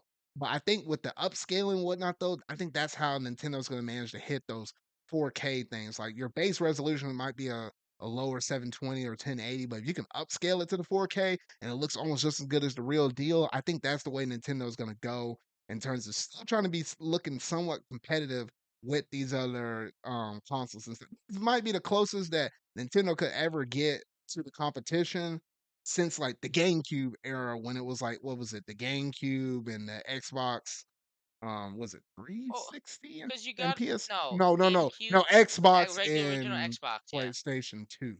Yeah, so you I gotta was like, remember, yeah. Zard, the GameCube was technically more powerful than both of them. I'm pretty sure that, or at least No, it more was, it powerful. was. Yeah. It was more powerful. It's just that the disk space sucked ass. It's like it's tragic, obviously, but like that's just how it was. Like they should not have used mini discs. They should have used regular discs. Oh, yeah, they definitely should have, and it's just, it was, I don't know, it was just a little unfortunate back then, though. But Yeah. from all of this stuff, if for some reason, if we were able to get games, which honestly, because I remember there was another rumor that popped up shortly before this about the whole thing of, oh, the Switch could actually run and probably would drop within its first year, maybe a handful of months, the Final Fantasy VII remake on it, which now that technically could add up and make sense according to this new piece of information that we got right now from Eurogamer. That could actually add up and actually, get a little bit of credit here and there though. But nonetheless, though, this system's slowly being shown. Obviously, not to people in the press or whatnot, though, but more so your game developers. So that way, we don't have like a slow start to like the Switches. Remember when the Switch originally launched out? Some of those launch titles was like what, Breath of the Wild, One Two Switch. I think it was like Bomberman R and a handful of probably so indies. And it was kind of a slow trickle until everybody realized how quick that sucker was selling. And then everybody wanted to move their games to it, comparison to like how unsuccessful the Wii U was. So you got to get Yeah. your game developers and third party people on board first so that they can go ahead and start working on this stuff. Because obviously, those dev kits, I'm pretty sure, like I'm 95% sure, they're already out for people to already go ahead and test and get games kind of going on it, though. So that way, we have Yeah. a solid release of games for that first year, though. But Like think about it. People are under very, very strict NDAs. It's not gonna leak, especially with like how very up. Like think about it. Nintendo's definitely been working on the Switch 2 for how long? You know what I mean? I mean, they technically always work on the next system as soon as Yeah. like, But like, as soon as they drop the Switch, they're already technically or but they have a team that always works on the next system. But do you remember how much we heard about the I was gonna say, do you remember how much we heard about the Switch before it came out? Yeah, because I think Like we even Eurogamer back then, they had all the details and the specs and lined up with it, and it was all true for it in was the all lead up true. to the Switch It itself. was detachable controllers, having cartridges, being a hybrid handheld and home console. All of it was true, and most of those mock-ups were very like accurate. So I completely get it. Like, but at the same time, we haven't gotten any of that for the Switch too. We haven't gotten like people like saying what exactly is going to be the changes with it. Like, we don't have anything. And Because honestly, it would be nice to have like a surprise with that. Remember when Nintendo released that first look at Nintendo Switch video on their YouTube channel? I don't know if you were part of the people that were like refreshing that damn site, waiting for them to upload that video. I was. oh, can't remember. I think I saw it when I October saw it, but yeah, Yeah, in October October. 20th, 2016. I was literally in bed. I stayed home from school because they said on Twitter the day before, first look at Nintendo NX. I think it was, they said an exact time or something. And my God, first I seen that video, I was going crazy. I could not wait for the Switch. This system is probably, I think it's the only one I've been with since day one. And yeah, Oh yeah, and I think the reason why we probably haven't seen that system leak out because of Furukawa is a businessman. Like he looked like one of those dudes who's like step out of line, I'll shoot you. He's kind of like one of those kind of men. And I mean, and keep in mind, this is technically Furukawa's first console that he gets to you know, I guess be the captain of the ship for. Because remind you, Awada's vision was for the Switch. So that was technically Awada's console. He just happened to kind of finish sailing that boat after he sadly passed. But now this is, yeah. this is fully his system right here for him to kind of lead the way, lead the charge, and all that stuff, though. So, this man's a businessman, so he might try to flip Nintendo on his head. Be the first reason why we might have a system that could get close and comparable to PS5 and Xbox Series X, Good. working a little bit of Finally. magic on that, whether it be NVIDIA. I think between Nintendo and them collaborating with NVIDIA, which is, obviously doing the graphics card for this thing, though, I think they got something cooking in the oven, and whatever pops out, it's gonna be fairly interesting if I do say so myself, though. But I think outside of all of that, that's all the reports I basically heard about in terms of what we can kind of expect and all of this stuff, yada yada yada.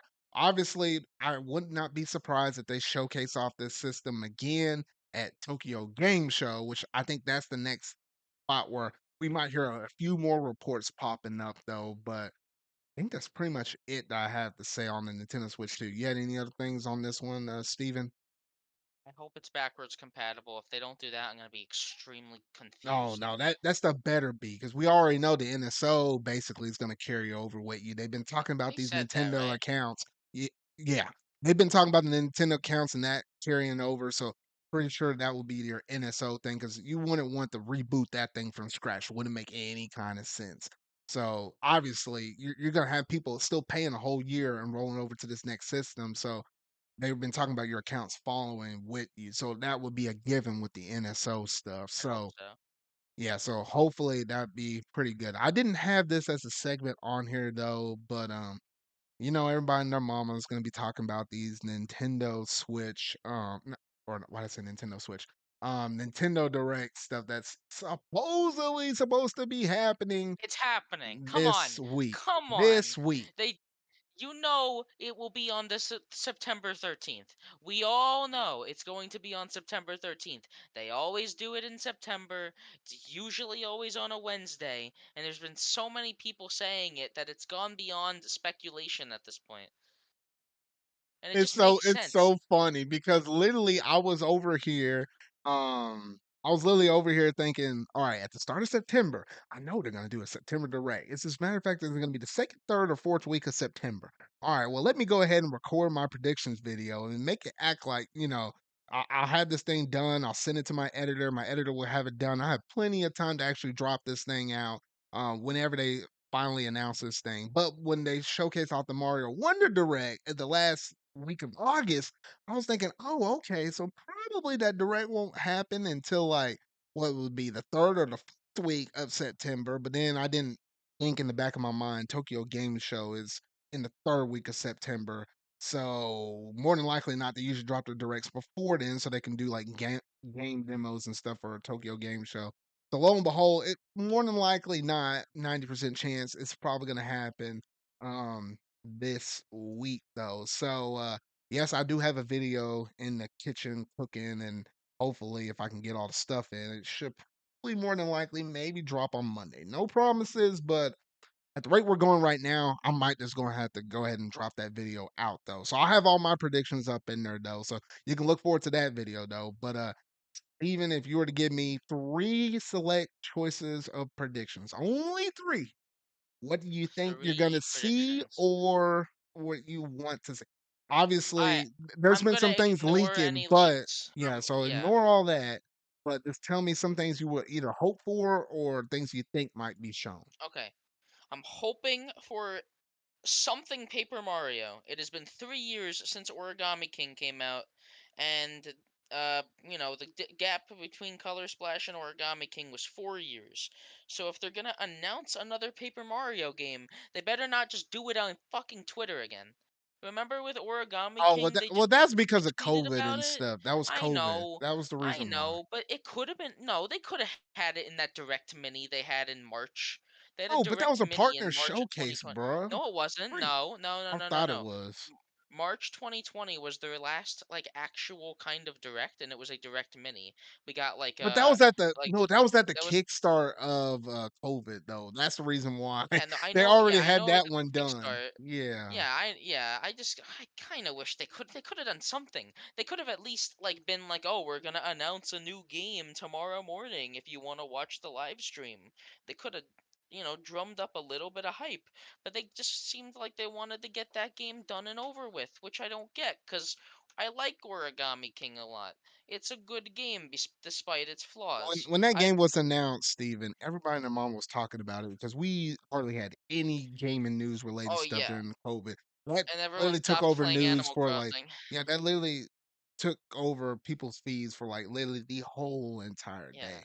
It was So yes, strategic. It still got the point across. So yeah, whether or not it's Paper Mario 7 or if they do a remaster of Thousand Year There really Door, been 6 Paper Mario games? yes there have. We're at 6 right now.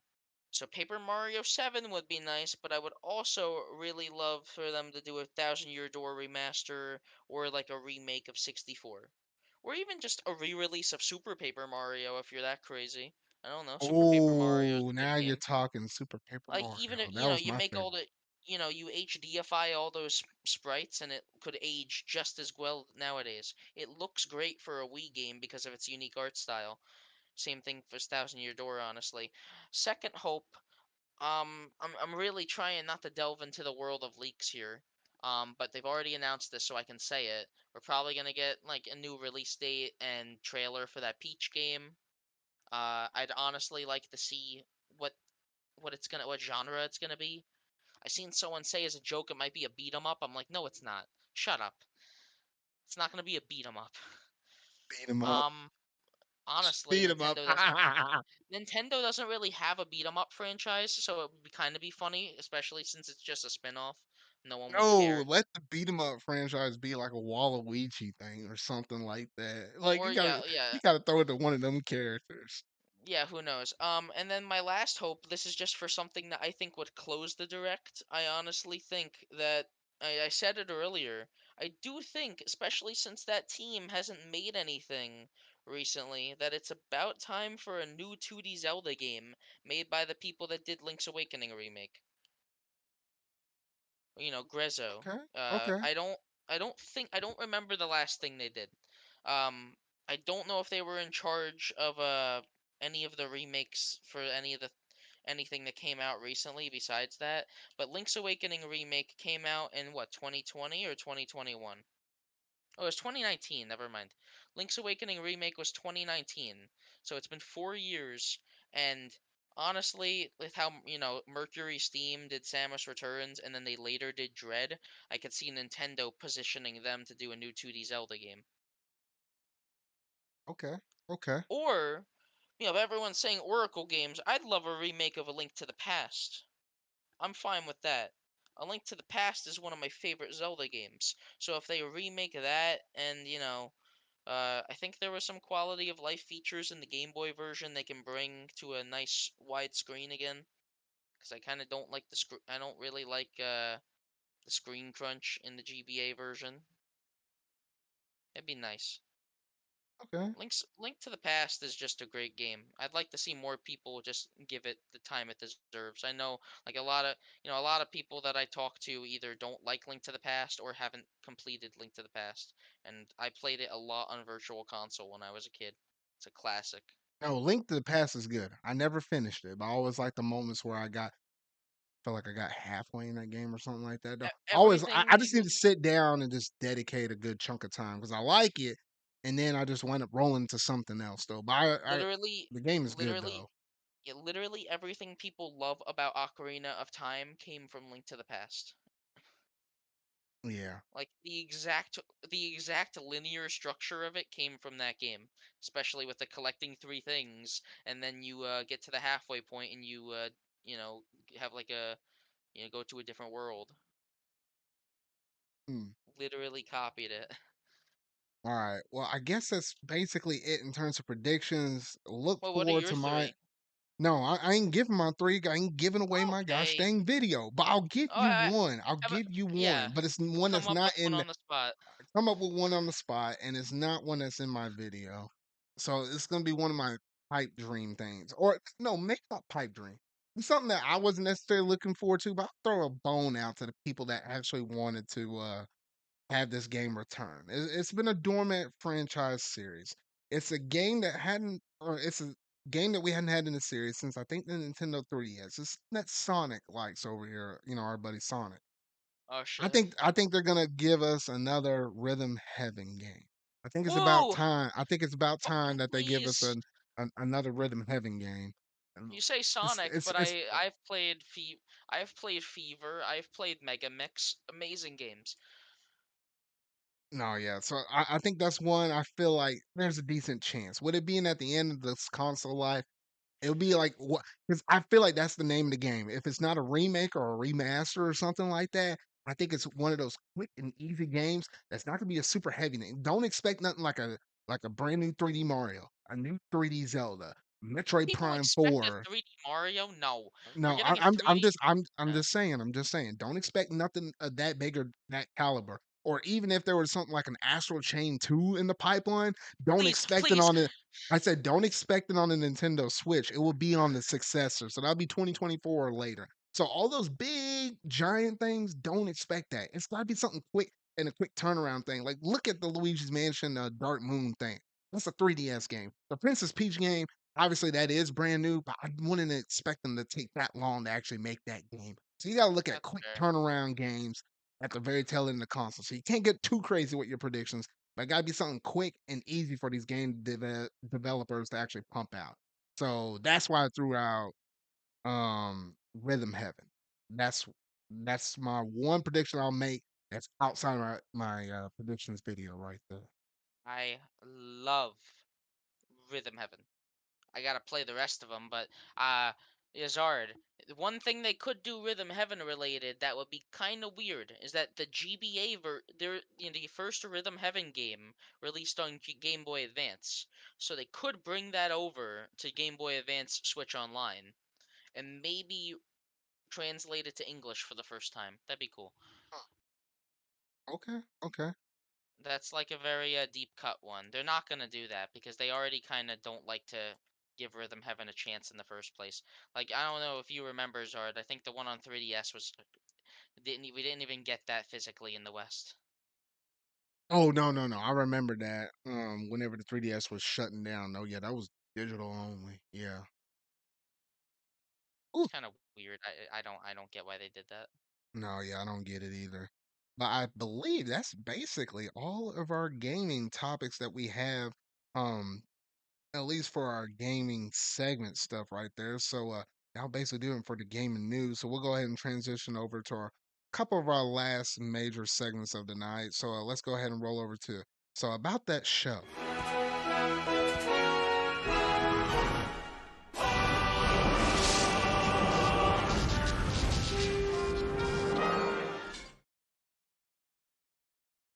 right. So literally, I would say probably. Oh, I felt like I've been watching some stuff. I can't recall exactly what I have been watching. It's a little weird. It's a little weird. Oh, Alright. let me think. While I'm thinking over here, Steven, what you Wait. been watching lately? Alright, so I haven't watched that many shows, honestly. I've watched a lot of YouTube videos. Does that count? I guess it counts, but that's the thing Okay. you always bring up here. I've been watching the YouTuber Cat Icarus. If you ever watched Cat Icarus, he's funny. He makes a lot of videos on Crash Bandicoot, and I was watching some of his like very long videos. Uh, I'd recommend giving him a watch. It's a very fast-paced videos, but I think they're pretty funny. Um, I watched Kill Bill Volume 1, and I fell asleep halfway through Kill Bill Volume 2. So, that's something. Honestly, I gotta go back and watch that myself because those movies are pretty good. They're like great action movies if you've ever seen either of them. Hmm. But that's about it, Zard. Honestly, Okay. Okay. I gotta get back into watching a show. I need to pick a show and be like, okay, I'm gonna watch this a little bit every single day. Okay. All right. Okay. No, it just dawned on me. I do not think I talked about this. What was it? I said I hadn't done this podcast in like what was it? 3 week, 3 weeks. That's 2, what you said. 3. Okay, no. I think that no, I think I did see this. So I actually managed to sit down and watch Dragon Ball Superhero within like the past few weeks. Some crazy stuff was going down. I was like, you know what? I might as well sit down, watch this as a little bit of comfort food because I know it's going to be something I actually gonna like and enjoy. So I managed to sit down and finally watch that movie. It was great. I don't know how I didn't manage to get spoiled. I got spoiled to like a Piccolo transformation or whatnot, though. Not what it looks like, the name of it was. So I guess It's it like kind of orange, alluded to the right? look. Yeah. So it kind of alluded to that. But I did not get spoiled on Gohan's transformation, which I was like, oh, thank goodness. Because that was actually pretty sick. And I was like, dang, there's always a lot of potential with Gohan, but they just never fully execute on that character. And I was like, man, oh man. I was like, man, I wish. But no, that movie was freaking great, incredible. Kind of odd how I guess this technically is canon to the Broly movie that happened before this, which I think is still technically canon to the anime. So whenever the anime finally starts up again, please hurry up and start up because I really do want myself some new Dragon. I've been craving some Dragon Ball. Honestly, I might sit down and actually watch the Dragon Ball Z series once again. Though I don't know, I've been craving some Dragon Ball though. Anime wise, it's kind of been the same stuff I've been going through and watching. However, the one thing I think I added on the list that I feel like I hadn't been talking about, maybe I hadn't been talking about, I can't remember. Bleach. Bleach has started back up. I've been going through and watching a good chunk of those episodes. Oh shoot. Yeah, everything's going down in this latest iteration of Bleach though. I was like seeing my girl Rukia up in there or oh shoot, and they're doing some crazy stuff with these toes and their bonkais and stuff. Some crazy stuff happening up in there. I won't say much more than that in case you I happen to be wish I knew watching any that. of those. I wish I knew any of those words you just said, but it sounds pretty cool. The names of some swords and some all out attacks, essentially. But no, some good stuff right there. And I think outside of that, that might be the most of what I've been watching. I know there's gonna be some more stuff. I'm trying to look back here at the calendar again. Next time, by the time I have my next podcast episode a couple weeks from now, we'll be getting close to where I get to start talking about some of my I guess reviews I do on the podcast with some shows because what is it? I know almost here in a couple weeks, Survivor starts back up. It's like a survivor show, win $1 million, compete, vote people off the island. That starts up in a couple of weeks, so I like Total watching Drama that. Island. It's That's basic. literally Total Drama It's Island. basically You total million drama. dollars? It's basically Yeah, Total Drama Island, but it's that's actual awesome. real life stuff. Yeah. Well, I thought it was an anime for a second. I was No, it's really not like, an no. anime. No, it's actual real life. You're competing to actually Okay. get $1 million. But no, yeah. That So that yeah. starts up in a couple weeks. But then also, we're almost getting to that point. Yes, Marvel's gonna be back. Loki season 2 starts literally 2 weeks from Friday, and I'll have some stuff to Really? say on. Yeah, 2 weeks from Friday. I didn't know it It'll was that be out. soon. Yeah, so it's right around the corner though. So I'm like, I actually need to probably sit down and rewatch season one just to kind of get familiar with some of the stuff again. So I'll be ready for season two. So that's probably what I'm gonna be doing within the next couple weeks or so. But yeah, I think outside of that, that's basically it for most of the stuff I've been going through and watching. But like always, like what I always say during this segment, if there's something that you want me to watch, whether it be on, yeah, I guess technically YouTube can count though, but primarily Netflix, Disney Plus. If I have access to watching it, I'll watch it. For whoever leaves the comment down there, I'll watch it, come back the next podcast episode and get my little short review or synopsis on it or whatnot, though. That's always out there for everybody. You gotta leave that comment on the YouTube side of things, not on like on my podcast servers where you can listen to the audio only version or whatnot, though. But yeah, so that's why I always want to throw that out there. But that's gonna basically do it in terms of that segment, though. So we'll go ahead and move over to our very last segment of the night, that being what you've been playing.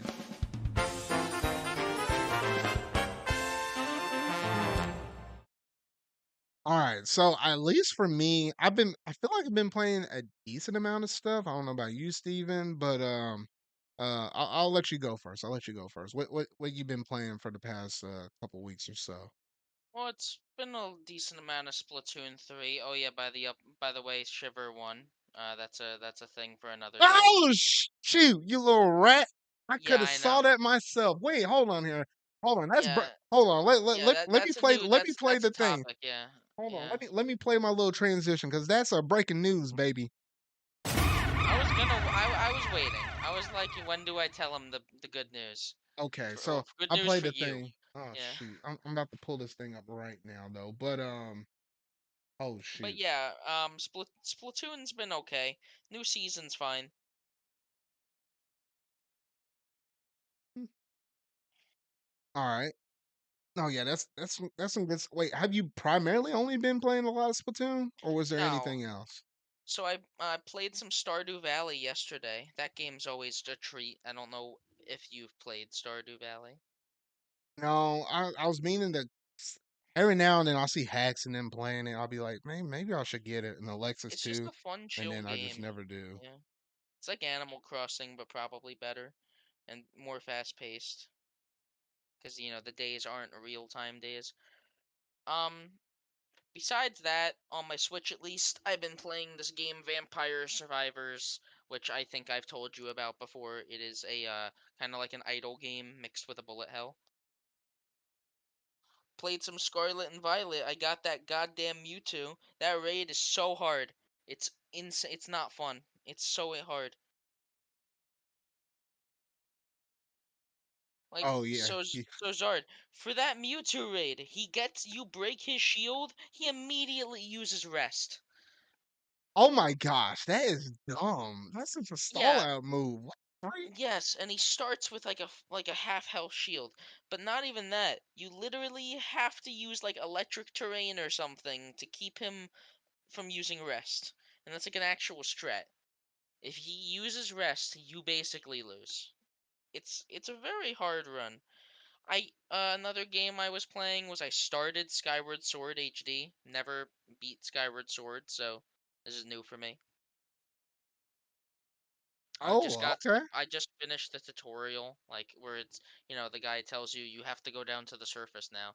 So I'm gonna go. Next time I play, it's gonna be like the start of that. Maybe get up to the Nah, first Skyward dungeon. Sword is still, I think, my favorite Zelda game. It's that, and at the time it was Breath of the Wild. Both for two different main reasons, though. But man, I can't beat Skyward Sword. That's just a great game right there. Ooh. Probably. So I think at least for me, similar like what you were. Um, I've been playing a bunch of Splatoon 3, as you already said, Steven. Yeah, the results came out. I'm looking at them right now. It looked like Shiver basically won in By a every landslide. single category except for Fry. You managed, which I know you were repping Fry. Sorry, man. I Y'all know. won the sneak peek with the conch shells, but that's all you got. And I think Big Man managed to win one of the categories. It's not open. I think he won Pro, I want to say. Yeah, he won pro. Yeah, he won pro. So that means Shiver got the votes. I expected that. got the open and got the tricolor. So yeah, she came in there and swept. There's a reason why people like her. I ain't no shiver scent, but out of the three people there, she is definitely my favorite one. I could vibe with her. I can get down with a shark though. But We um could tell. but yeah, so honestly, good news right there. I'm sorry if you're a big band fan that's all part of the meme or whatnot though, or if you happen to be one of the fried people out there. I do not understand why. Oh my Christ, we're not doing this again. Yeah, no, we ain't doing this. We're I not just doing it. kind I just threw it out there. It's like a fish bait thing. I just threw it out there. But I yeah, guess. so yeah, Yeah. so I've been playing a lot of that. The new season has been good. Got a couple good new maps up on there, so I've been enjoying that. On the side though, I've been playing some stuff on my ROG Ally. I actually been having a Pokemon Soul Silver fix or whatnot though. So I've been slowly going through that game. Actually, it's my first time actually going through Soul Silver. Like my brother owned the game, but I never actually took it to play it. He offered it several times over, and I was just like, "No, I'm good at with platinum back in the day."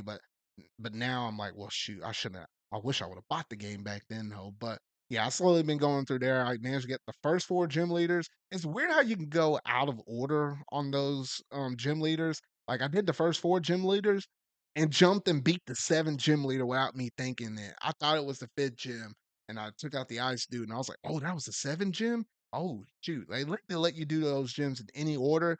I think except for the eighth gym leader. The eighth gym leader you have to do last.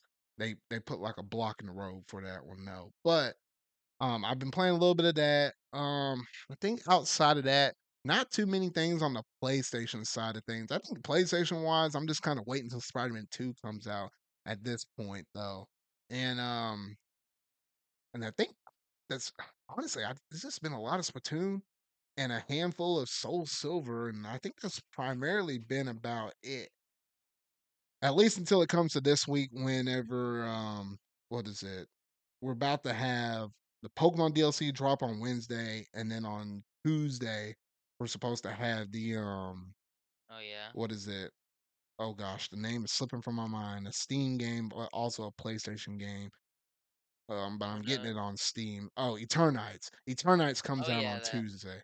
you So did yeah, mention that. so those are a couple of things I'll be focusing on this week. And if a Nintendo Direct happens and there's a shadow drop, there might be something else I might be playing this week that I didn't originally have on my schedule because I don't know why, but for the next 8 weeks, there's like 7 different games that I wanted to get or play or try out. It's been a little crazy. It's been a little crazy. It's good, but it's crazy nonetheless. You can It's a expect little some good too amount of crazy. streams. Yeah. Expect some good streams here and there though, but yeah. Oh, and I did manage to finish Pikmin 3, I think, because I didn't Or finish. Oh, I say 3, 4. I did not finish Pikmin 4 from the last podcast. I did that since then. So I did manage to go through and finish that up. But I think that's basically it what in did you terms of think, most of the games I've been honestly? playing. Like It was a solid, overall, good game. It was solid, good. It was better than 3. it's Ochi was the great. main boy. I love that game, Pikmin Uh, 4. the rest of the punks didn't do squat. I was Okay. mad with them every single moment. I was like, bruh, why is me and this dog doing more stuff than y'all? Besides the Well, captain of the ship, he actually flew us up in the air to avoid the night critters and whatnot. I'll give him a bone yeah. for that. Well, But outside of that, nobody else. No. the captain teaches you Ochi powers or whatever. Yeah, no. He saved the best one for last. I can't forgive that man. Well, no, it was the captain was a girl, I think. But yeah, Oh, I like the was guy. it? Wait, hold on. Was Yeah, it? I think so, No, right? no. There's no Shep. way. Yeah, I've been I thought saying so. that was a Well, no, dude the whole time. there's No. like there's like a small guy. You know the guy that like speaks in all caps. He's like the pilot of the ship. He's great. I'm not talking about the person with yellow hair. Yeah, a person No, with that's a yellow dude. hair. That has to be a dude. You can look on the Pikmin wiki for all I care. All right, well, I ain't getting into this though, but But yeah, I'm goodness. fucking with you. Yeah, it's I think it is a girl though. But Pikmin 4 is a good game. Good thing you mentioned that. All right. But yeah, outside of that, that's basically all the topics that I have for y'all tonight in terms of all the stuff that should be happening within my latest version of the podcast though. So honestly, some really good stuff managed to happen within the past couple weeks, probably more like few weeks. I have to actually trim out some topics I wanted to talk about, but since it's been that long and some things got a little bit outdated, I'll have to kind of, move some topics around and whatnot though. But it's good to be back. It's good to be back though. But Steven, let the fine people know where they can find you at. Find me on Twitter at Steven Jr. 1231. I like how you Not said really Twitter and not X. because it is, and I'm not calling it X. Oh If you goodness. if you call it X, I'm gonna put an X on my like hit list for you. Okay? No, yeah, no, it's good. I liked how you called it. I like how you called it Twitter. Alrighty, I'm but calling it by its true name. no, because It's like literally every time I type it up in my browser, I always still put Twitter. I don't put X. X just sounds like a porn website, man. I'm just gonna keep it a a couple words away from one. Yeah. Shoot. Oh goodness, I don't know how Elon Musk got away with it. I didn't even want to bring that dude up, but I guess somehow he rears his ugly head up in here. Okay, I ain't going down this tangent. All right. Yeah. Anyway, that's gonna basically do it in terms of my Zarcast episode 62. So if you really like this podcast, make sure you go and hit that like button, go ahead and hit the subscribe button and that bell. That way you never miss anytime I happen to be going here live here with my podcast shows on this channel though. If you happen to be watching this on one of my podcast servers, whether it be Google, Apple, Spotify, Amazon Music, or even iHeartRadio, yes, you can listen to me in the car. Make sure to go and hit the like button. Go ahead and share this podcast around. We're just, a handful of dudes over here just talking about video game stuff, some pop culture stuff, and basically everything else in between, though. But that's going to basically do this. That's going to basically do it in terms of this podcast episode 62. So, remember, y'all, until a video I make next, until my Zarcast episode 63, I'll see y'all later.